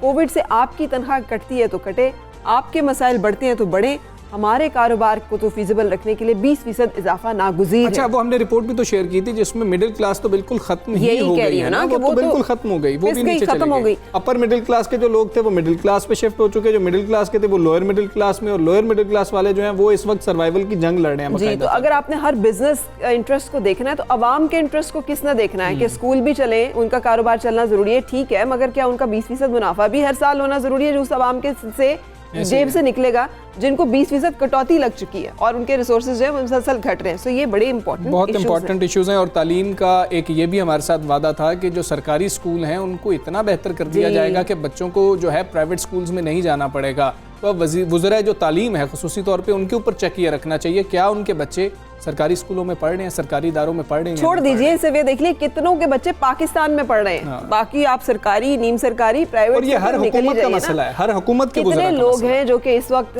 जिसे कहना चाहिए इन मामलात को कंट्रोल करते हैं और उनके अपने बच्चे पाकिस्तान में पढ़ रहे हैं, सब मुल्क से बाहर हैं, सब बेहतरीन तालीमी इदारों, फिर वही पढ़ के वापस आते हैं और वही रूलिंग क्लास में, एलीट क्लास में शामिल हो जाते हैं। एनीवे, आगे चलेंगे और इसी तरह से एक और दुखती रग, फनकार जो है वो सबका होता है, लेकिन जब फनकार को जरूरत पड़ती है तो कोई उसका नहीं होता। ये एक ऐसी बदकिस्मती है और ये एक ऐसा अलमिया है कि हमने इस अलमिया का शिकार होते बहुत सारे ऐसे लेजेंड्स को देखा है जिन्होंने दिलों पे हुक्मरानी की, जिनको देखकर हम जीते थे, जिन्होंने हमें हंसाया, जिन्होंने हमें रुलाया। और आज ये कहानी जो है ये कैंसर से जंग लड़ती सीनियर अदाकारा नाइला जाफरी से जुड़ी है, जो बड़ी मजबूत खातून है। ना सिर्फ उन्होंने ड्रामों में परफॉर्म किए हैं एक मजबूत औरत के रोल, बल्कि अपनी ज़िंदगी में भी जब उन्हें फेस करना पड़ा तो उन्होंने बड़ी हौसले के साथ कैंसर जैसी बीमारी का सामना किया है जिसमें वो अकेली लड़ रही हैं। और उसमें हमसा बदकिस्मती ये है कि रॉयल्टीज़ नहीं मिलती। ये पूरी दुनिया की इंडस्ट्री में, पाकिस्तान में वो इंडस्ट्री वाहिद इंडस्ट्री है जहाँ इस्तेहसाल ये होता है कि आर्टिस्ट से आउटराइट परचेज कर लिया जाता है। जो इदारे हैं वो उसकी उस मेहनत का समर 10 दफा चलाएं, वो उससे कमाई करें, लेकिन आर्टिस्ट को हिस्सा नहीं मिलेगा। और तो और अब तो यूट्यूब चैनल्स पे भी वो डालते हैं, वहां से भी कमर्शियल कमाते हैं, लेकिन उसका शेयर भी उस आर्टिस्ट को नहीं दिया जाता। यही अपनी मतलब कि इन्होंने जो अपना वीडियो पैगाम जारी किया उसमें आबदीदा भी वो हो गई, और यही वो बात कर रही थी कि पीटीवी के जमाने में हमें मिला करते थे, बहुत कम होते थे, लेकिन फिर भी मिलते थे तो हमें एक जो है तस्कीन होती थी कि अच्छा हमारा काम दोबारा से दिखाया जा रहा है, तो हमें फिर उसका मुआवजा जो है वो दिया जा रहा है। और ये आउटराइट परचेज जो है ये इंटेलेक्चुअल प्रॉपर्टी राइट्स के बहुत सारे क्लॉज के खिलाफ है, चूंकि उसका इतलाक यहाँ पे पूरी तरह से नहीं होता, इसलिए यहाँ पर ये इस्तेहसाल का सिलसिला। और फिर मामला ये है कि इस तरह के जब भी हम किसी फनकार के हवाले से ये बात करते हैं, प्रोग्राम्स भी होते हैं, हम बात भी करते हैं, सब कुछ होता है, हुकूमत दावे भी करती है, लेकिन अल्टीमेटली हम यही देखते हैं कि अगला फनकार जब खुदा न खास्ता ऐसी सूरत हाल में होता है तो फिर से प्रोग्राम करना पड़ता है, फिर से दावे होते हैं, लेकिन और हम नायला की बात भी सुनाएंगे, लेकिन फनकार की यही पेंशन होती है, यही उसकी ग्रेजुटी होती है। उसने सारी जिंदगी जो कमाया होता है उसका बुढ़ापे में अगर उसे सिला मिल सकता है, यही कि उसमें से अगर उसको रीरन किया जा रहा है तो कुछ शेयर आ जाए ताकि उससे वो बुढ़ापे में अपनी, फिर कहते हैं कि जी ये क्यों मांगना शुरू कर देते हैं, ये पता नहीं बहुत अल्ले तल्लों में ज़िंदगी गुजारते हैं। ये नहीं होता ये कि जब उसकी जवानी और मेहनत का टाइम होता है वो तो उसका निचोड़ सारा जो है वो सरमायादार ले लेता है, और जब बुढ़ापे में उसे बेबस व लाचार छोड़ दिया जाता है। वो कीमोथेरेपी नहीं करवा पा रही हैं, जो उन्होंने पैगाम जारी किया हम आपको वो सुना।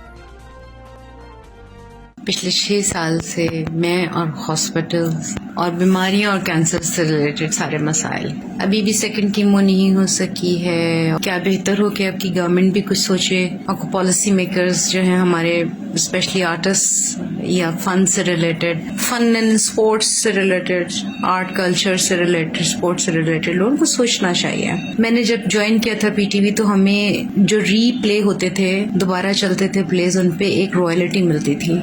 वो अमाउंट बहुत कम होता था, लेकिन सेकंड थर्ड कुछ ना कुछ मिलता था और अच्छा लगता था, बुरा नहीं लगता था वो पैसे। इतने सालों से बीमार होकर मैं पड़ी हुई हूँ, 6 साल हो गए मुझे। आखिरी दिनों में जो मैंने अपना लास्ट सीरियल की थी वो भी कुछ 6 दफा, तब से 6 साल में अब तक ऑन एयर आ चुकी है, 6 नहीं तो 4 दफा तो आ चुकी है, और बहुत सारे प्लेज रीरन हो रहे हैं। अगर इनका कुछ परसेंट, कुछ अमाउंट जो रीरन का होता था मिलना चाहिए था, मिलता रहता तो मुझ जैसे लोगों को और सहूलत और आसानी हो सकती थी। हो सकता है कुछ लोगों को ना होती हो, लेकिन जब आप बहुत साल काम ना कर रहे हो और कोई सपोर्ट ना हो तो ये चीजें बहुत इम्पोर्टेंट हो जाती हैं। मैं रिक्वेस्ट करूंगी और डिमांड करूंगी कि इस सिलसिले में कुछ किया जाए। आने वाले वक्त में मुझ जैसे खासतौर पर सीनियर और बीमार आर्टिस्ट के लिए बहुत अच्छा हो जाएगा, जिनके लिए काफी चीजें मैनेज करना बड़ा मुश्किल होता है। ये एक छोटी सी रिक्वेस्ट है, उसके ऊपर काम अगर शुरू हो जाए तो अच्छा हो जाएगा। बिल्कुल, इस सरमायादाराना निजाम का खात्मा होना चाहिए जहाँ पे मजदूरी आर्टिस्ट, उसकी मजदूरी सारी ले ली जाती है और उससे उसका हक जो है कितनी अहम चीज़ है, ये अंडरस्टैंड कीजिए प्लीज़। ये आप पैगाम सुनने के बाद कि वो कोई भीख नहीं मांग रही हैं, अपना हक मांग रही हैं। अगर आप ये पैगाम सुनने के बाद ये समझ रहे हैं कि वो भीख मांग रही हैं तो फिर हम लोगों को अपनी इस्लाह की भी बहुत ज़रूरत है। यूट्यूब चैनल्स या मुख्तलिफ ऐसी सोशल वेबसाइट्स आई ना, आप किसी का कोई काम वहाँ डाल के देखें, वो आपको किस तरह से स्ट्राइक करते हैं, इसलिए कि वो रिस्पेक्ट करते हैं कि जिस बंदे की क्रिएशन है, जिसकी कंट्रीब्यूशन है, उसी को इसका क्रेडिट जाए, दूसरे लोग इसका क्रेडिट जाए। कई साउंड्स आपके मुल्क में नहीं चल सकते हैं कॉपीराइट्स की वजह से, तो हम उनके तो मान लेते हैं, अपने लोगों को ये देने के लिए तैयार नहीं है। जमाल शाह साहब सीनियर अदाकार हमारे साथ मौजूद हैं। जमाल शाह साहब, आपने हमारी सारी गुफ्तगू यकीनन समाअत फरमाई होगी, बहुत शुक्रिया वक्त देने के लिए। आप क्या कहेंगे इस इम्पोर्टेंट इशू पर? मुझे नायला की बातें सुन के बड़ा दुख हुआ, बड़ा अफसोस हुआ। किसी भी आर्टिस्ट को इस लेवल तक नहीं पहुंचना चाहिए। रियासत की ये जिम्मेदारी है कि वो अपने तमाम शहरियों को बिला इम्तियाज़ दर्जों के या फील्ड्स के केयर करनी चाहिए। लेकिन हमारी रियासत के जो पॉलिसी मेकर्स हैं वो ऐसे लोग हैं जिन्होंने अपनी इलेक्शंस पे कम से कम 15, 16, 20, 25 करोड़ रुपए खर्चे होते हैं। जब वो आते हैं तो उनके मद्देनज़र सिर्फ एक टास्क होता है कि वो अपने 25-26 करोड़ जो हैं वो 10, 15, 20, 30 गुना मज़ीद बढ़ाएं। लिहाजा उनको इन बातों का कोई एहसास नहीं होता। असूलन तो स्टेट को चाहिए कि तमाम शहरियों का ख्याल रखें, लेकिन ख़ास तौर पे जो फ़नकार हैं वो लोग हैं जो आपकी सरहदों के, नज़रियाती सरहदों के, सकाफ़ती सरहदों के सही मानों में मुहाफ़िज़ हैं। बिला मुआवजा वो काम करते हैं, वो तनख्वाहदार नहीं हैं। जैसे बहुत सारे तनख्वाहदार शोबे हैं, उनको बड़ी आसानी से सारी मनाहत मिल जाती हैं और वो सारा का सारा पाकिस्तान लूट लेते हैं, लेकिन फ़नकार को कुछ नहीं मिलता। फ़नकार वो एंटिटी है इस मुल्क में कि जो जब रिटायर होने के स्टेज को पहुंचता है तो उसके जहन में सिर्फ एक बात रहती है कि पता नहीं उसको कब्र की ज़मीन भी मिल सके कि नहीं। ये इंतहाई अफसोसनाक मुकाम है। जहाँ तक मेरा ताल्लुक़ है, मैं अगर इमरान खान के अस्पताल के लिए चंदा अपनी तस्वीर वगैरह या बाकी साथियों की तस्वीर की ऑक्शन करके जमा कर सकता हूँ तो नायला के लिए भी ये कर सकता हूँ। और मेरा ख्याल है कि हम तमाम फ़नकारों को कोशिश करनी चाहिए मिलजुल के कि अपनी साथी फनकारा जो बहुत बहादुर फनकारा है, जिससे मेरे साथ एक ड्रामे में काम किया, और ऐसे बेशुमार और फनकार हैं कि उनको हम इस स्टेज पे आने से रोकें, उनकी सही वक्त पे मदद करें ताकि वो बाइज्जत जिंदगी गुजारें और हंसी खुशी अगर जाना चाहें तो इस दुनिया से चले जाएं। मेरी ये डिस्कशन हो रही थी कि हमारी कायमा कमेटी भी होती है, जब बात करें मीडिया के हवाले से, आप कैबिनेट की बात करें, कौमी असेंबली की बात कर लें, कभी ये इंपॉर्टेंट इश्यूज वहाँ पर टेबल नहीं हुए कि आर्टिस्टों को या स्क्रीन पे काम करने वालों को उनकी रॉयल्टीज़ या उनके रीरन के मुआवजे जो हैं वो देने चाहिए, इसलिए कि बिजनेस इंटरेस्ट जो है मालिकान का वो इसके खिलाफ है, वो इस पर राजी हैं कि आउटराइट हमने परचेज कर लिया, अब हम आर्टिस्ट को क्यों बीच में से देते रहे, हम इसमें से मलाई जितनी मर्जी निकाल के खाते रहे, मक्खन भी खाएं, मलाई भी खाएं, घी भी खाएं, दूध भी पिएं, लेकिन आर्टिस्ट को हिस्सा नहीं मिलना चाहिए। ये इस्तेहसाली निज़ाम है, ये वो सरमायादाराना निज़ाम है जिसमें मजदूर की जिसकी मेहनत होती है उसकी हक तलफी की जाती है और सरमायादार पैसा बनाता है। मैं तो ये कहता हूँ कि अगर सरमायादाराना निज़ाम भी शरीफ लोगों के, बाकिरदार लोगों के हाथों में हो तो कुछ ना कुछ हो जाता है। ये कायमा कमेटियों की जो आप जिक्र कर रही हैं, पहले तो ये कि आर्ट और कल्चर में के लिए कौन सा ऐसा वजीर या उनका मेंबर है जिसको पता है कि आर्ट और कल्चर क्या है, ये बिल्कुल नाबलद हैं और उनका इंटरेस्ट सिर्फ और सिर्फ ये है कि वो अपने खर्च किए हुए, इन्वेस्ट किए हुए पैसे वापस बशमूल बहुत ज़्यादा, कम से कम 30% फ़ायदे के वो वापस अपनी जेब में डालें। तो मैं इनसे कोई तवक्को नहीं रखता।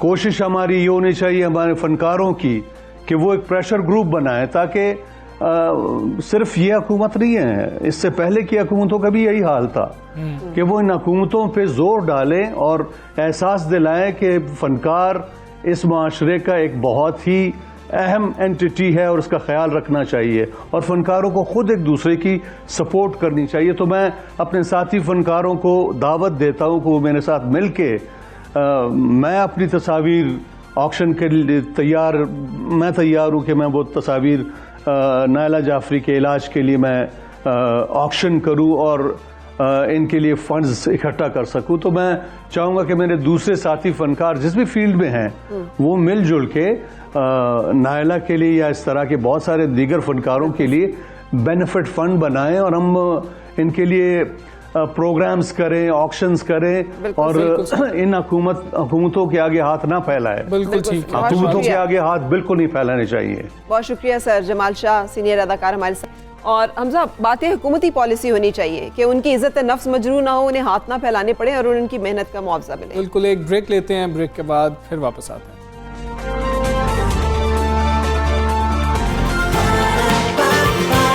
सुबह सवेरे पाकिस्तान, सुबह सवेरे पाकिस्तान।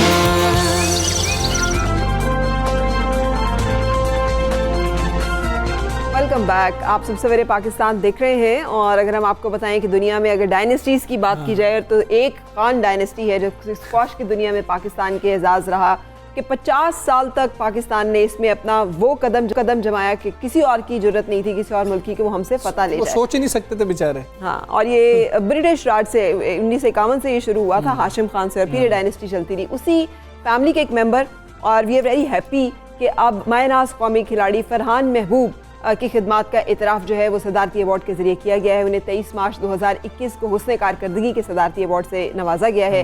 ये अवार्ड उन्हें पाकिस्तान स्क्वॉश फेडरेशन की तजावीज़ पर बैनुल-अक़वामी स्क्वॉश के बड़े इवेंट्स में उनकी शानदार कारकर्दगी की तरफ में दिया गया। जब हम ना स्क्वॉश की बात करते हैं या फिर हम हॉकी की बात करते हैं ना, तो हम जहाँ पर हमें खुशी होती है जब इस तरह के टैलेंट को हम देखते हैं, सामने आता है और फिर उनकी खिदमात का एतराफ़ भी किया जा रहा होता है, वहीं हम दुखी भी होते हैं कि क्या हुआ कि हम स्क्वॉश के अंदर और हॉकी के अंदर इतने पीछे चले गए। क्या हमारी ही गलती? अब तो स्पॉन्सर्स भी नहीं मिलते हैं फरा, इतने बुरे हालात भाई ना। एक कभी ये नौजवान मुस्लिम तदब्बुर भी किया तूने, वो क्या गर्दूं था तू जिसका है एक टूटा हुआ तारा। लेकिन हम we are really proud Farhan Mahboob, जिनको कि ये पेशावर से ताल्लुक़ रखते हैं, 31 साला फरहान महबूब, जिन्होंने बहुत सारे इंटरनेशनल इवेंट्स में पार्टिसिपेट किया है। नेपाल में मुनक्किदा साउथ एशियन गेम्स के टीम इवेंट में गोल्ड मेडलिस्ट, स्क्वॉश टीम के रुकन भी थे। तो इस वक्त हम उनसे बातचीत करेंगे। अस्सलाम वालेकुम फरहान, बहुत आपने वक्त निकाला और हमें ज्वाइन किया, बहुत मुबारक हो कि आपको सदारती अवार्ड जो है वो मिला है।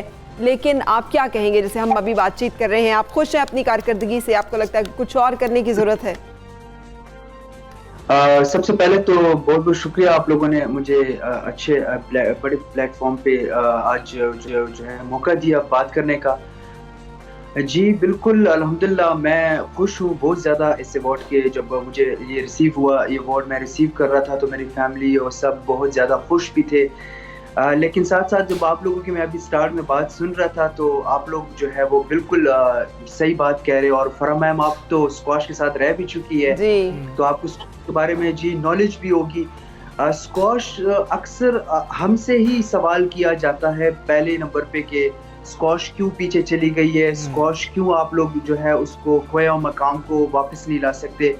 तो मैं अक्सर उनको ये भी बोलता हूँ कि आप बजाय हमसे भी ये सवाल करने से अच्छा है कि आप गवर्नमेंट ऑफ पाकिस्तान से भी ये सवाल करें, क्योंकि स्क्वाश ने पाकिस्तान को बहुत बड़ा नाम दिया हुआ है। और ये स्क्वाश सिर्फ प्लेयरों की वजह से पीछे नहीं जाता, कि अक्सर लोग ये कहते हैं कि प्लेयर्स जो है वो ट्रेनिंग नहीं करते या प्लेयर्स ये नहीं करते, उसके पीछे भी बहुत बड़ी रीजंस होते हैं, क्योंकि हमें उस तरह के टूर्नामेंट्स भी नहीं मिलते। अब आप देखिए पूरे 1.5 साल होने वाले हैं और 1.5 साल जो है वो हमारे कोई इवेंट्स इतने ज्यादा नहीं हो रहे पाकिस्तान में, और जो हो भी रहे हैं वो भी बहुत छोटे टूर्नामेंट हो रहे हैं, जिससे हमें उस रैंकिंग को हम लोग कवर नहीं कर सकते। ठीक है फरहान, जैसे आपने कहा है, आपको इल्म है कि मेरी बड़ी एफिलिएशन रही है स्क्वाश के साथ और एसोसिएशन भी रही है स्क्वाश फेडरेशन के साथ। आई हैड द ऑनर कि मैंने रोशन खान को इंटरव्यू किया, जहांगीर खान को इंटरव्यू किया, कमर जमान को इंटरव्यू किया, जानशेर खान को इंटरव्यू किया।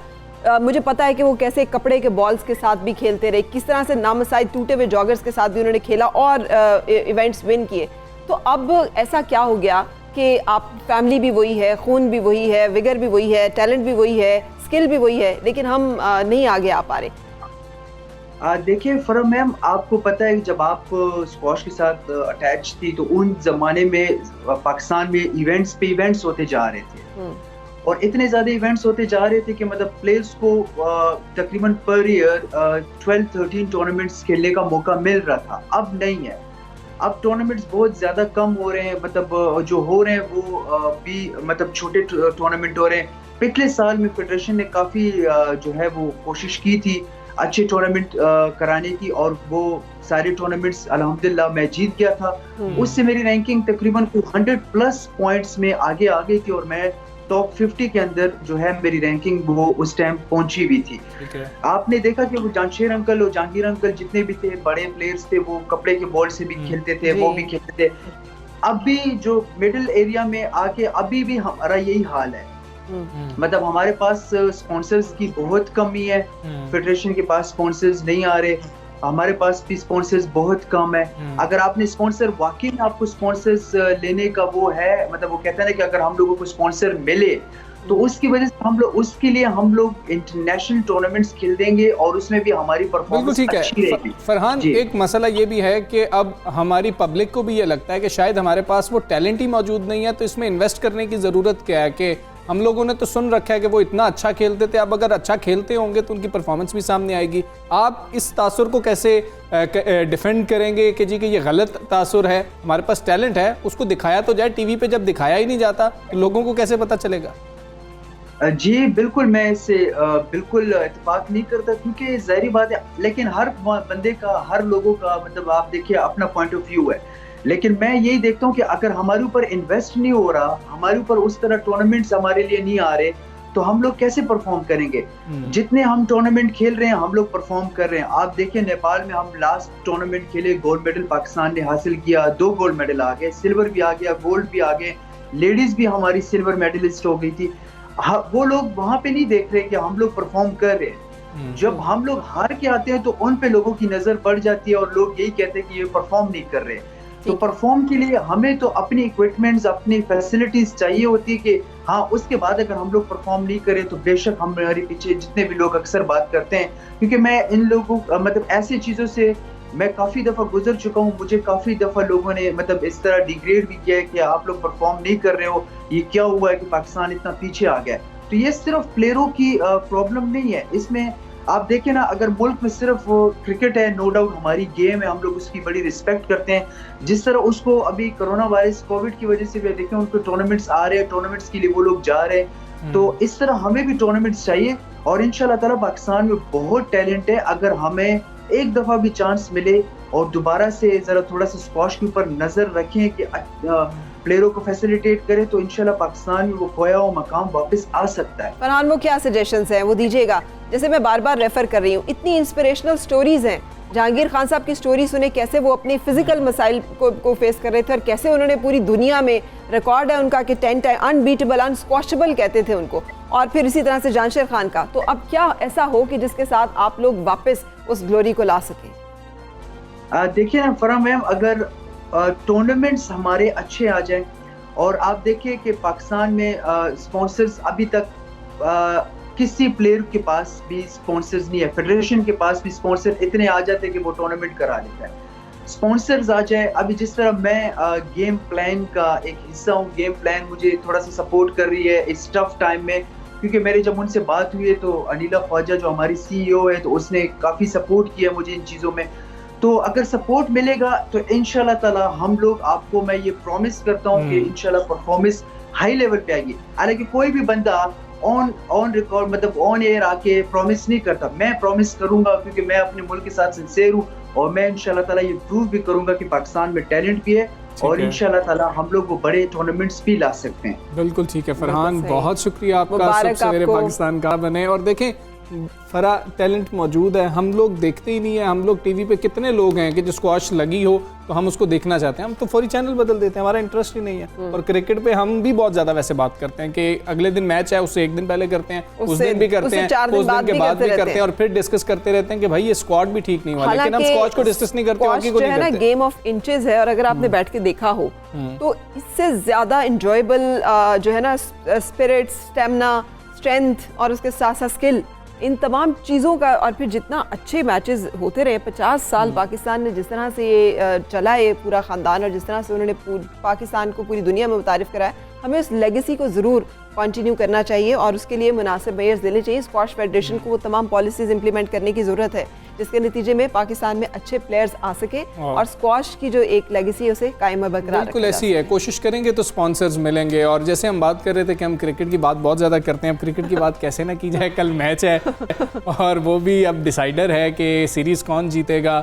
2 बड़ी टीमें हैं, मैच खेलेंगी, पता लगेगा। दूसरी साउथ अफ्रीका की टीम जो है वो कुछ अब हल्की पड़ जाएगी, लेकिन क्या पाकिस्तान के लिए फिर भी वो टीम जो है सख्ती साबित होगी, ये भी देखना होगा। अच्छा, वैसे एक तो बात ये कि वो जो चल रही थी ना कंट्रोवर्सी के जो डिकॉक ने किया है वो सही है गलत है, तो अब तो उसके बारे में आ गया कि जी वो उन्होंने बिल्कुल ठीक किया है। ICC हमारी क्रिकेट बोर्ड ने भी कोई इस पर रिटन एप्लीकेशन नहीं दी। तो शादाब पे हम बात करें तो तब शादाब भी इंजरी की वजह से आउट हो गए। तो अब वो जो एक हम अच्छा, ये पाकिस्तान के लिए कर रहे थे, ये पाकिस्तान के लिए धचका या पाकिस्तान के लिए अच्छी खबर है उनके फॉर्म की वजह से? आई थिंक कुछ ब्लेसिंग्स इन डिस्गाइज भी होती हैं। तो वो बहुत सारे लोग इस रिप्लेसमेंट को कंसिडर कर रहे थे, इसकी पे बात कर रहे थे। तो उस्मान कादिर अब देखते हैं कि कितना चांस बन गया उनका आने का। हाफिज इमरान हमारे साथ मौजूद हैं, उनसे बात करें, उनसे जानने की कोशिश करेंगे क्या तब्दीली होनी चाहिए। इमरान, अस्सलाम वालेकुम। वालेकुम अस्सलाम, बहुत शुक्रिया फैज साहब। अच्छा, मैं अगर आपकी इजाज़त से, आप फरहान से बात कर रहे थे स्क्वाश के हवाले से जितनी आपने बात की है, देखिए मसला क्या है आपके नाजरीन की इजाज़त से भी क्रिकेट में। देखें, जानशेर खान साहब और जहांगीर खान साहब का जो दौर था ना, ये जो मसाइल की खिलाड़ी बात करते हैं, हमारे पास ये नहीं है, हारने वालों को कोई सपोर्ट नहीं करता सर। पहली बात ये है, लोग जीतने वालों को कंधों पर उठाते हैं, हारने वालों को कोई नहीं देखता, पहली बात। दूसरी बात ये है कि जानशेर खान साहब से मैंने पूछा, मैंने कहा जी कि वो आप वहाँ पर आपके तो हारने की खबर ही नहीं मिलती थी, तो उन्होंने भला क्या जवाब क्या दिया उन्होंने कहा कि हमारे जीतने की खबर ही नहीं होती थी, हमारी हारने की खबर होती थी कि हम हारते थे तो खबर बनती थी, जीतने की खबर नहीं बनती थी। फिर जहांगीर साहब से मैंने एक बार तो पूछा, काफ़ी दफ़ा दोहराया कि क्या करना चाहिए, नौजवानों को क्या करना चाहिए। उन्हें एक लफ्ज़ में सेक्रीफाइस करना है आपको। अच्छा। आपको कुर्बानी देनी है हर तरह से। अब ये बात ठीक है कि स्क्वाश फेडरेशन अपना काम नहीं करती, खिलाड़ी अपना काम नहीं करते। जूनियर्स लेवल के ऊपर से पाकिस्तान के खिलाड़ी, मैं कहता हूँ बड़े खुशकिस्मत हैं फरहान, इनको सदारती तमगा बराए हुस्न कारकर्दगी मिल गया है, बहुत खुशकिस्मत हैं, नॉलेज किया गया उनको, बहुत खुशकिस्मत हैं। मतलब आप देखें कि हमारे जूनियर्स लेवल से ऊपर खिलाड़ी जाते ही नहीं है, उसके बावजूद भी अब इनको। अच्छा, मैं चूंकि मैं एसोसिएटेड स्क्वाश से, मेरे सामने की बात है रहमत खान जो कि कोच थे जहांगीर साहब के, और एक कोच और उसका डुएट भी बड़ा इंपॉर्टेंट होता है, वो उसको रखा गया यहाँ पे कोच करने के लिए, और फिर कुछ वजह से उनको अचानक निकाल दिया कि उन्होंने जाके कुवैत की टीम को उठाया कुवैत को, और वो उससे विन कर लिया, पाकिस्तान हार गया। कुवैत को उठाया उन्होंने, तो ये भी को उठाया। हाँ। अच्छा, जो एडमिनिस्ट्रेटर्स की जिम्मेदारी होती है वो क्या? मैंने जहांगीर साहब से पूछा, कहते यार ये तो हमें मसला ही नहीं होता था। रात को फ़ोन आता था मरहूम नूर खान साहब का। खान साहब कहते थे जहांगीर सुबह कल तुम्हारा फ़्लाइट है, ये टिकट तुम्हारे पहुँच रहे हैं, तुम तैयारी करो और बाकी सब काम छोड़ दो। ठीक है, ये दो तरफा है। जहाँ तक फेडरेशन की बात है, वो अपनी जिम्मेदारियाँ निभाने में नाकाम रही है। खिलाड़ी वो कोशिश करने में या वो लगन के साथ जो आप बार बार पूछ रहे थे ना उनसे, इनकी तरफ से भी लगन की कमी है, जी। इनकी तरफ से भी जोश और जज्बे की कमी है। हर वक्त ये नहीं कहना चाहिए मसाइल बड़े हैं, अब स्पॉन्सर्स नहीं मिलते हैं। तो जहांगीर खान को कौन से स्पॉन्सर मिलते थे? उनके पास तो पाँव में पहनने के लिए जूते नहीं होते थे। हाँ। तो उन्होंने तो जूतों के बगैर दुनिया फतह कर ली है। जी, अब हम क्रिकेट वालों को तो हारने के बावजूद बहुत ज़्यादा सपोर्ट करते हैं। तुम जीतो या हारो सुनो, हमें तुमसे प्यार है, हम नगमे भी जो है उनके लिए गाते हैं। अब क्रिकेट की बात करते हैं। दूसरे मैच में जो हमारे साथ हुई, क्या हम तीसरे मैच में उससे कुछ सीख के कुछ तब्दीलियां कर रहे हैं? जो 4 तो बड़ी सीधी होनी चाहिए। देखिए, शादाब खान को आप ज़बरदस्ती एक बैट्समैन बनाने की कोशिश कर रहे हैं, आप एक हकदार खिलाड़ी की जगह मार रहे हैं। पहली बात किया है, अगर वो बॉलिंग करते हुए विकेट्स हासिल नहीं करते हैं तो एक बॉलर की हैसियत से, एक बॉलिंग ऑलराउंडर की हैसियत से वो टीम में जगह नहीं बनाते हैं। अब हम उन्हें ज़बरदस्ती बैट्समैन बनाना चाहते हैं ना, तो उसके लिए पाकिस्तान की टीम कोई तजर्बागाह नहीं है। सबसे पहले सिलेक्शन कमेटी से पूछा जाना चाहिए कि लैपटॉप चीफ सिलेक्टर अगर सब चीज़ें लैपटॉप पर करनी है तो फिर उनको सिलेक्ट करने की क्या ज़रूरत है? अगर उन्हें बैट्समैन बनाना है तो आप उन्हें डोमेस्टिक क्रिकेट में भेजें, जहां पर वो 2-3 सीज़न खेलें, हज़ार रन करें, एज बैट्समैन पाकिस्तान की टीम में मुंतखब हो जाएं। अब दूसरी बात, आपने दानिश अजीज को खिला लिया, नवाज क्यों नहीं है? हाँ जी। आप हैदर क्यों नहीं है? हाँ, क्यों ना? मोहम्मद रिजवान की मौजूदगी में आप सरफराज की बात कर रहे हैं, आप मोहम्मद हफीज को क्यों नहीं खिला सकते हैं? जब आप ये जानते हैं कि वो अपनी बेहतरीन फॉर्म में से गुजर रहे हैं, दुनिया उनकी तारीफ कर रही है और वो रन्स पर रन्स कर रहे हैं, और आपकी बैटिंग में आपको बाबर आजम के सिवा, आपको रिजवान के सिवा कोई तीसरा बल्लेबाज नज़र नहीं आता कि जिसके ऊपर आप इन्हिसार कर सकें, एतमाद कर सकें। तो आप क्यों मोहम्मद हफीज़ से जान छुड़ा रहे हैं? उनको क्यों पाकिस्तान की टीम से बाहर निकाल रहे हैं? तो ये 2-3 जो आपने बात की है ना तब्दीलियों की, शादाब जैसा आपने अभी शुरू में जिक्र किया कि लोग उनको नहीं पसंद कर रहे थे, तो ना टूरिंग सिलेक्शन कमेटी ने उनको बाहर निकालना था, ना किसी और ने उनके बारे में कोई बात करनी थी। वो लोगों की दुआएं पूरी हो गई कि चले एक तरह से वो तो बाहर हुए हैं। लेकिन ये बड़ी तकलीफदेह बात है कि आप अपने एक खिलाड़ी के बारे में इस तरह के जज्बात पैदा हो जाएं जिसको कुछ अर्सा तक लोग पहले प्यार कर रहे थे। तो इसलिए बुनियादी तौर पर एक राइट आर्म लेग स्पिनर की ज़रूरत है। मोहम्मद नवाज को आप साथ लेकर के गए हैं, दानिश अजीज़ को आपने खिला दिया। मोहम्मद नवाज वहाँ पर लीग क्रिकेट खेलते हैं साउथ अफ्रीका में, वो वहाँ पर आदी हैं, वो माहौल से मुताबिकत रखते हैं, परफॉर्म करते हुए जा रहे हैं। वो एक बैटिंग ऑलराउंडर हैं, वो उतनी अच्छी बैटिंग करते हैं, उतनी अच्छी बॉलिंग करते हैं। आपने ज़बरदस्ती से दानिश अजीज़ को बीच में घुसाया और उनको खड़ा कर दिया उनके सामने। वो सारी क्रिकेट कराची में खेले हैं, कराची में घुटने से ऊपर बॉल नहीं आता है और साउथ अफ्रीका में कंधे से नीचे बॉल नहीं जाता। ये दो। तो अब क्या प्रेडिक्शन है आपकी? अब ये जो मैच है इसमें क्या पाकिस्तान को जीतना चाहिए, और उसकी वजह यह है कि उनके 5 टॉप प्लेयर्स आप तक IPL के लिए आ गए हैं, और उसके साथ ये जितनी बुरी क्रिकेट साउथ अफ्रीका खेल रहा है, जितनी जोश और जज्बे से आ रही है, और जितना इस तरह होता है ना, आप उसको कहते हैं कि एक ज़ाब्ते की कार्रवाई पूरी कर रहे हैं कि रोज़ नामचा भर रहे हैं, उसके अलावा कोई नहीं है, ना कोई जोश है, ना जज्बा है, ना कोई लगन अपनी टीम के लिए नज़र आती है। ये वाली टीम साउथ अफ्रीका की जिस तरह से क्रिकेट खेल रही है और जिन हालात में ये खेल रही है, इसको तो पाकिस्तान से आप कोई एक दूसरी टीम भी भेज दें ना, तो वो भी इनके खिलाफ जीत सकती है। आप सोच सकते हैं नगीदी, रबाडा, ये सारे के सारे लोग इतनी बुरी क्रिकेट खेल रहे हैं, और आप देखें, आपको नज़र आता है।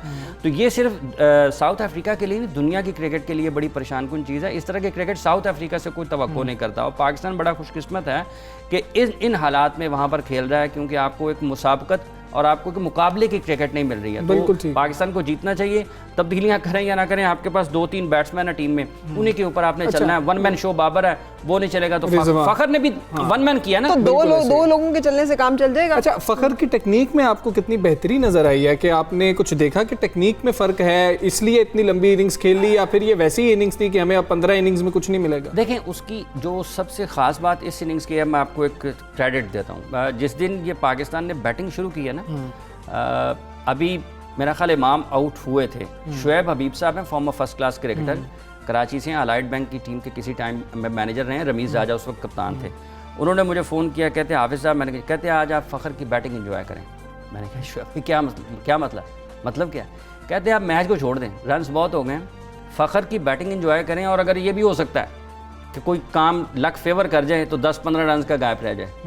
तो उनकी जो तकनीक की आपने बात की है ना, जब वो जिस दिन वो खेलने के लिए आए ना, ये मुझे सलमान भट्ट ने भी बताया, सलमान भट्ट ने भी, कि बॉल आपका लग रहा है, आप मिडल कर रहे हैं, और जो तब्दीली थी वो ये थी कि अपने शॉट्स को रोका है, अडेप्ट किया है, जो कंडीशंस थी उसके मुताबिक ठहरे हैं, हर बॉल पे चलाने की कोशिश नहीं की, अपने फेवरेट जोन जो हैं उनको भी टाइम रोका है, और जब टाइम लिया है, सेट हो गए हैं, तो फिर आपने देखा कि फुटबॉल नजर आ रहा है, जहां पर मार रहे हैं ग्राउंड से बाहर। आप देखें कि पहले 50 कितने रन बॉलों में किए, दूसरे 50 कितने बॉलों में किए, तीसरे 50 कितने बॉलों में किए।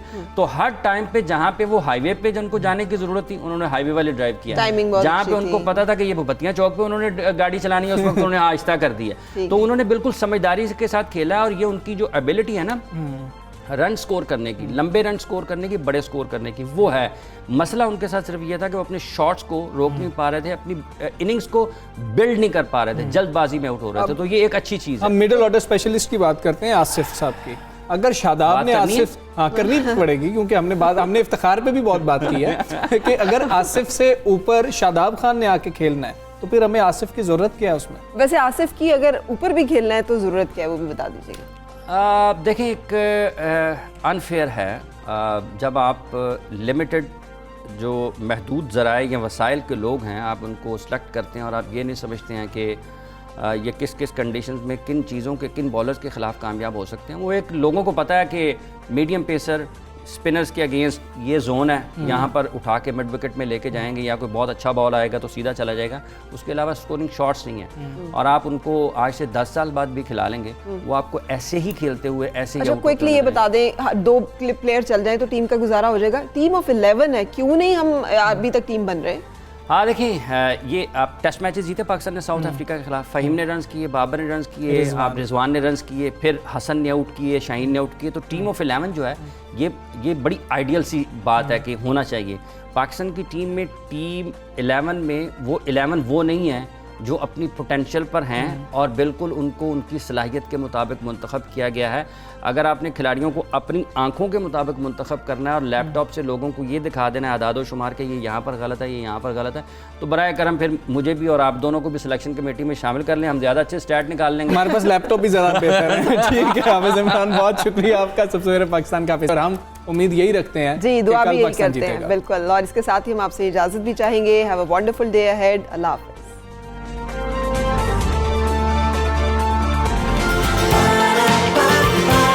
सुबह सवेरे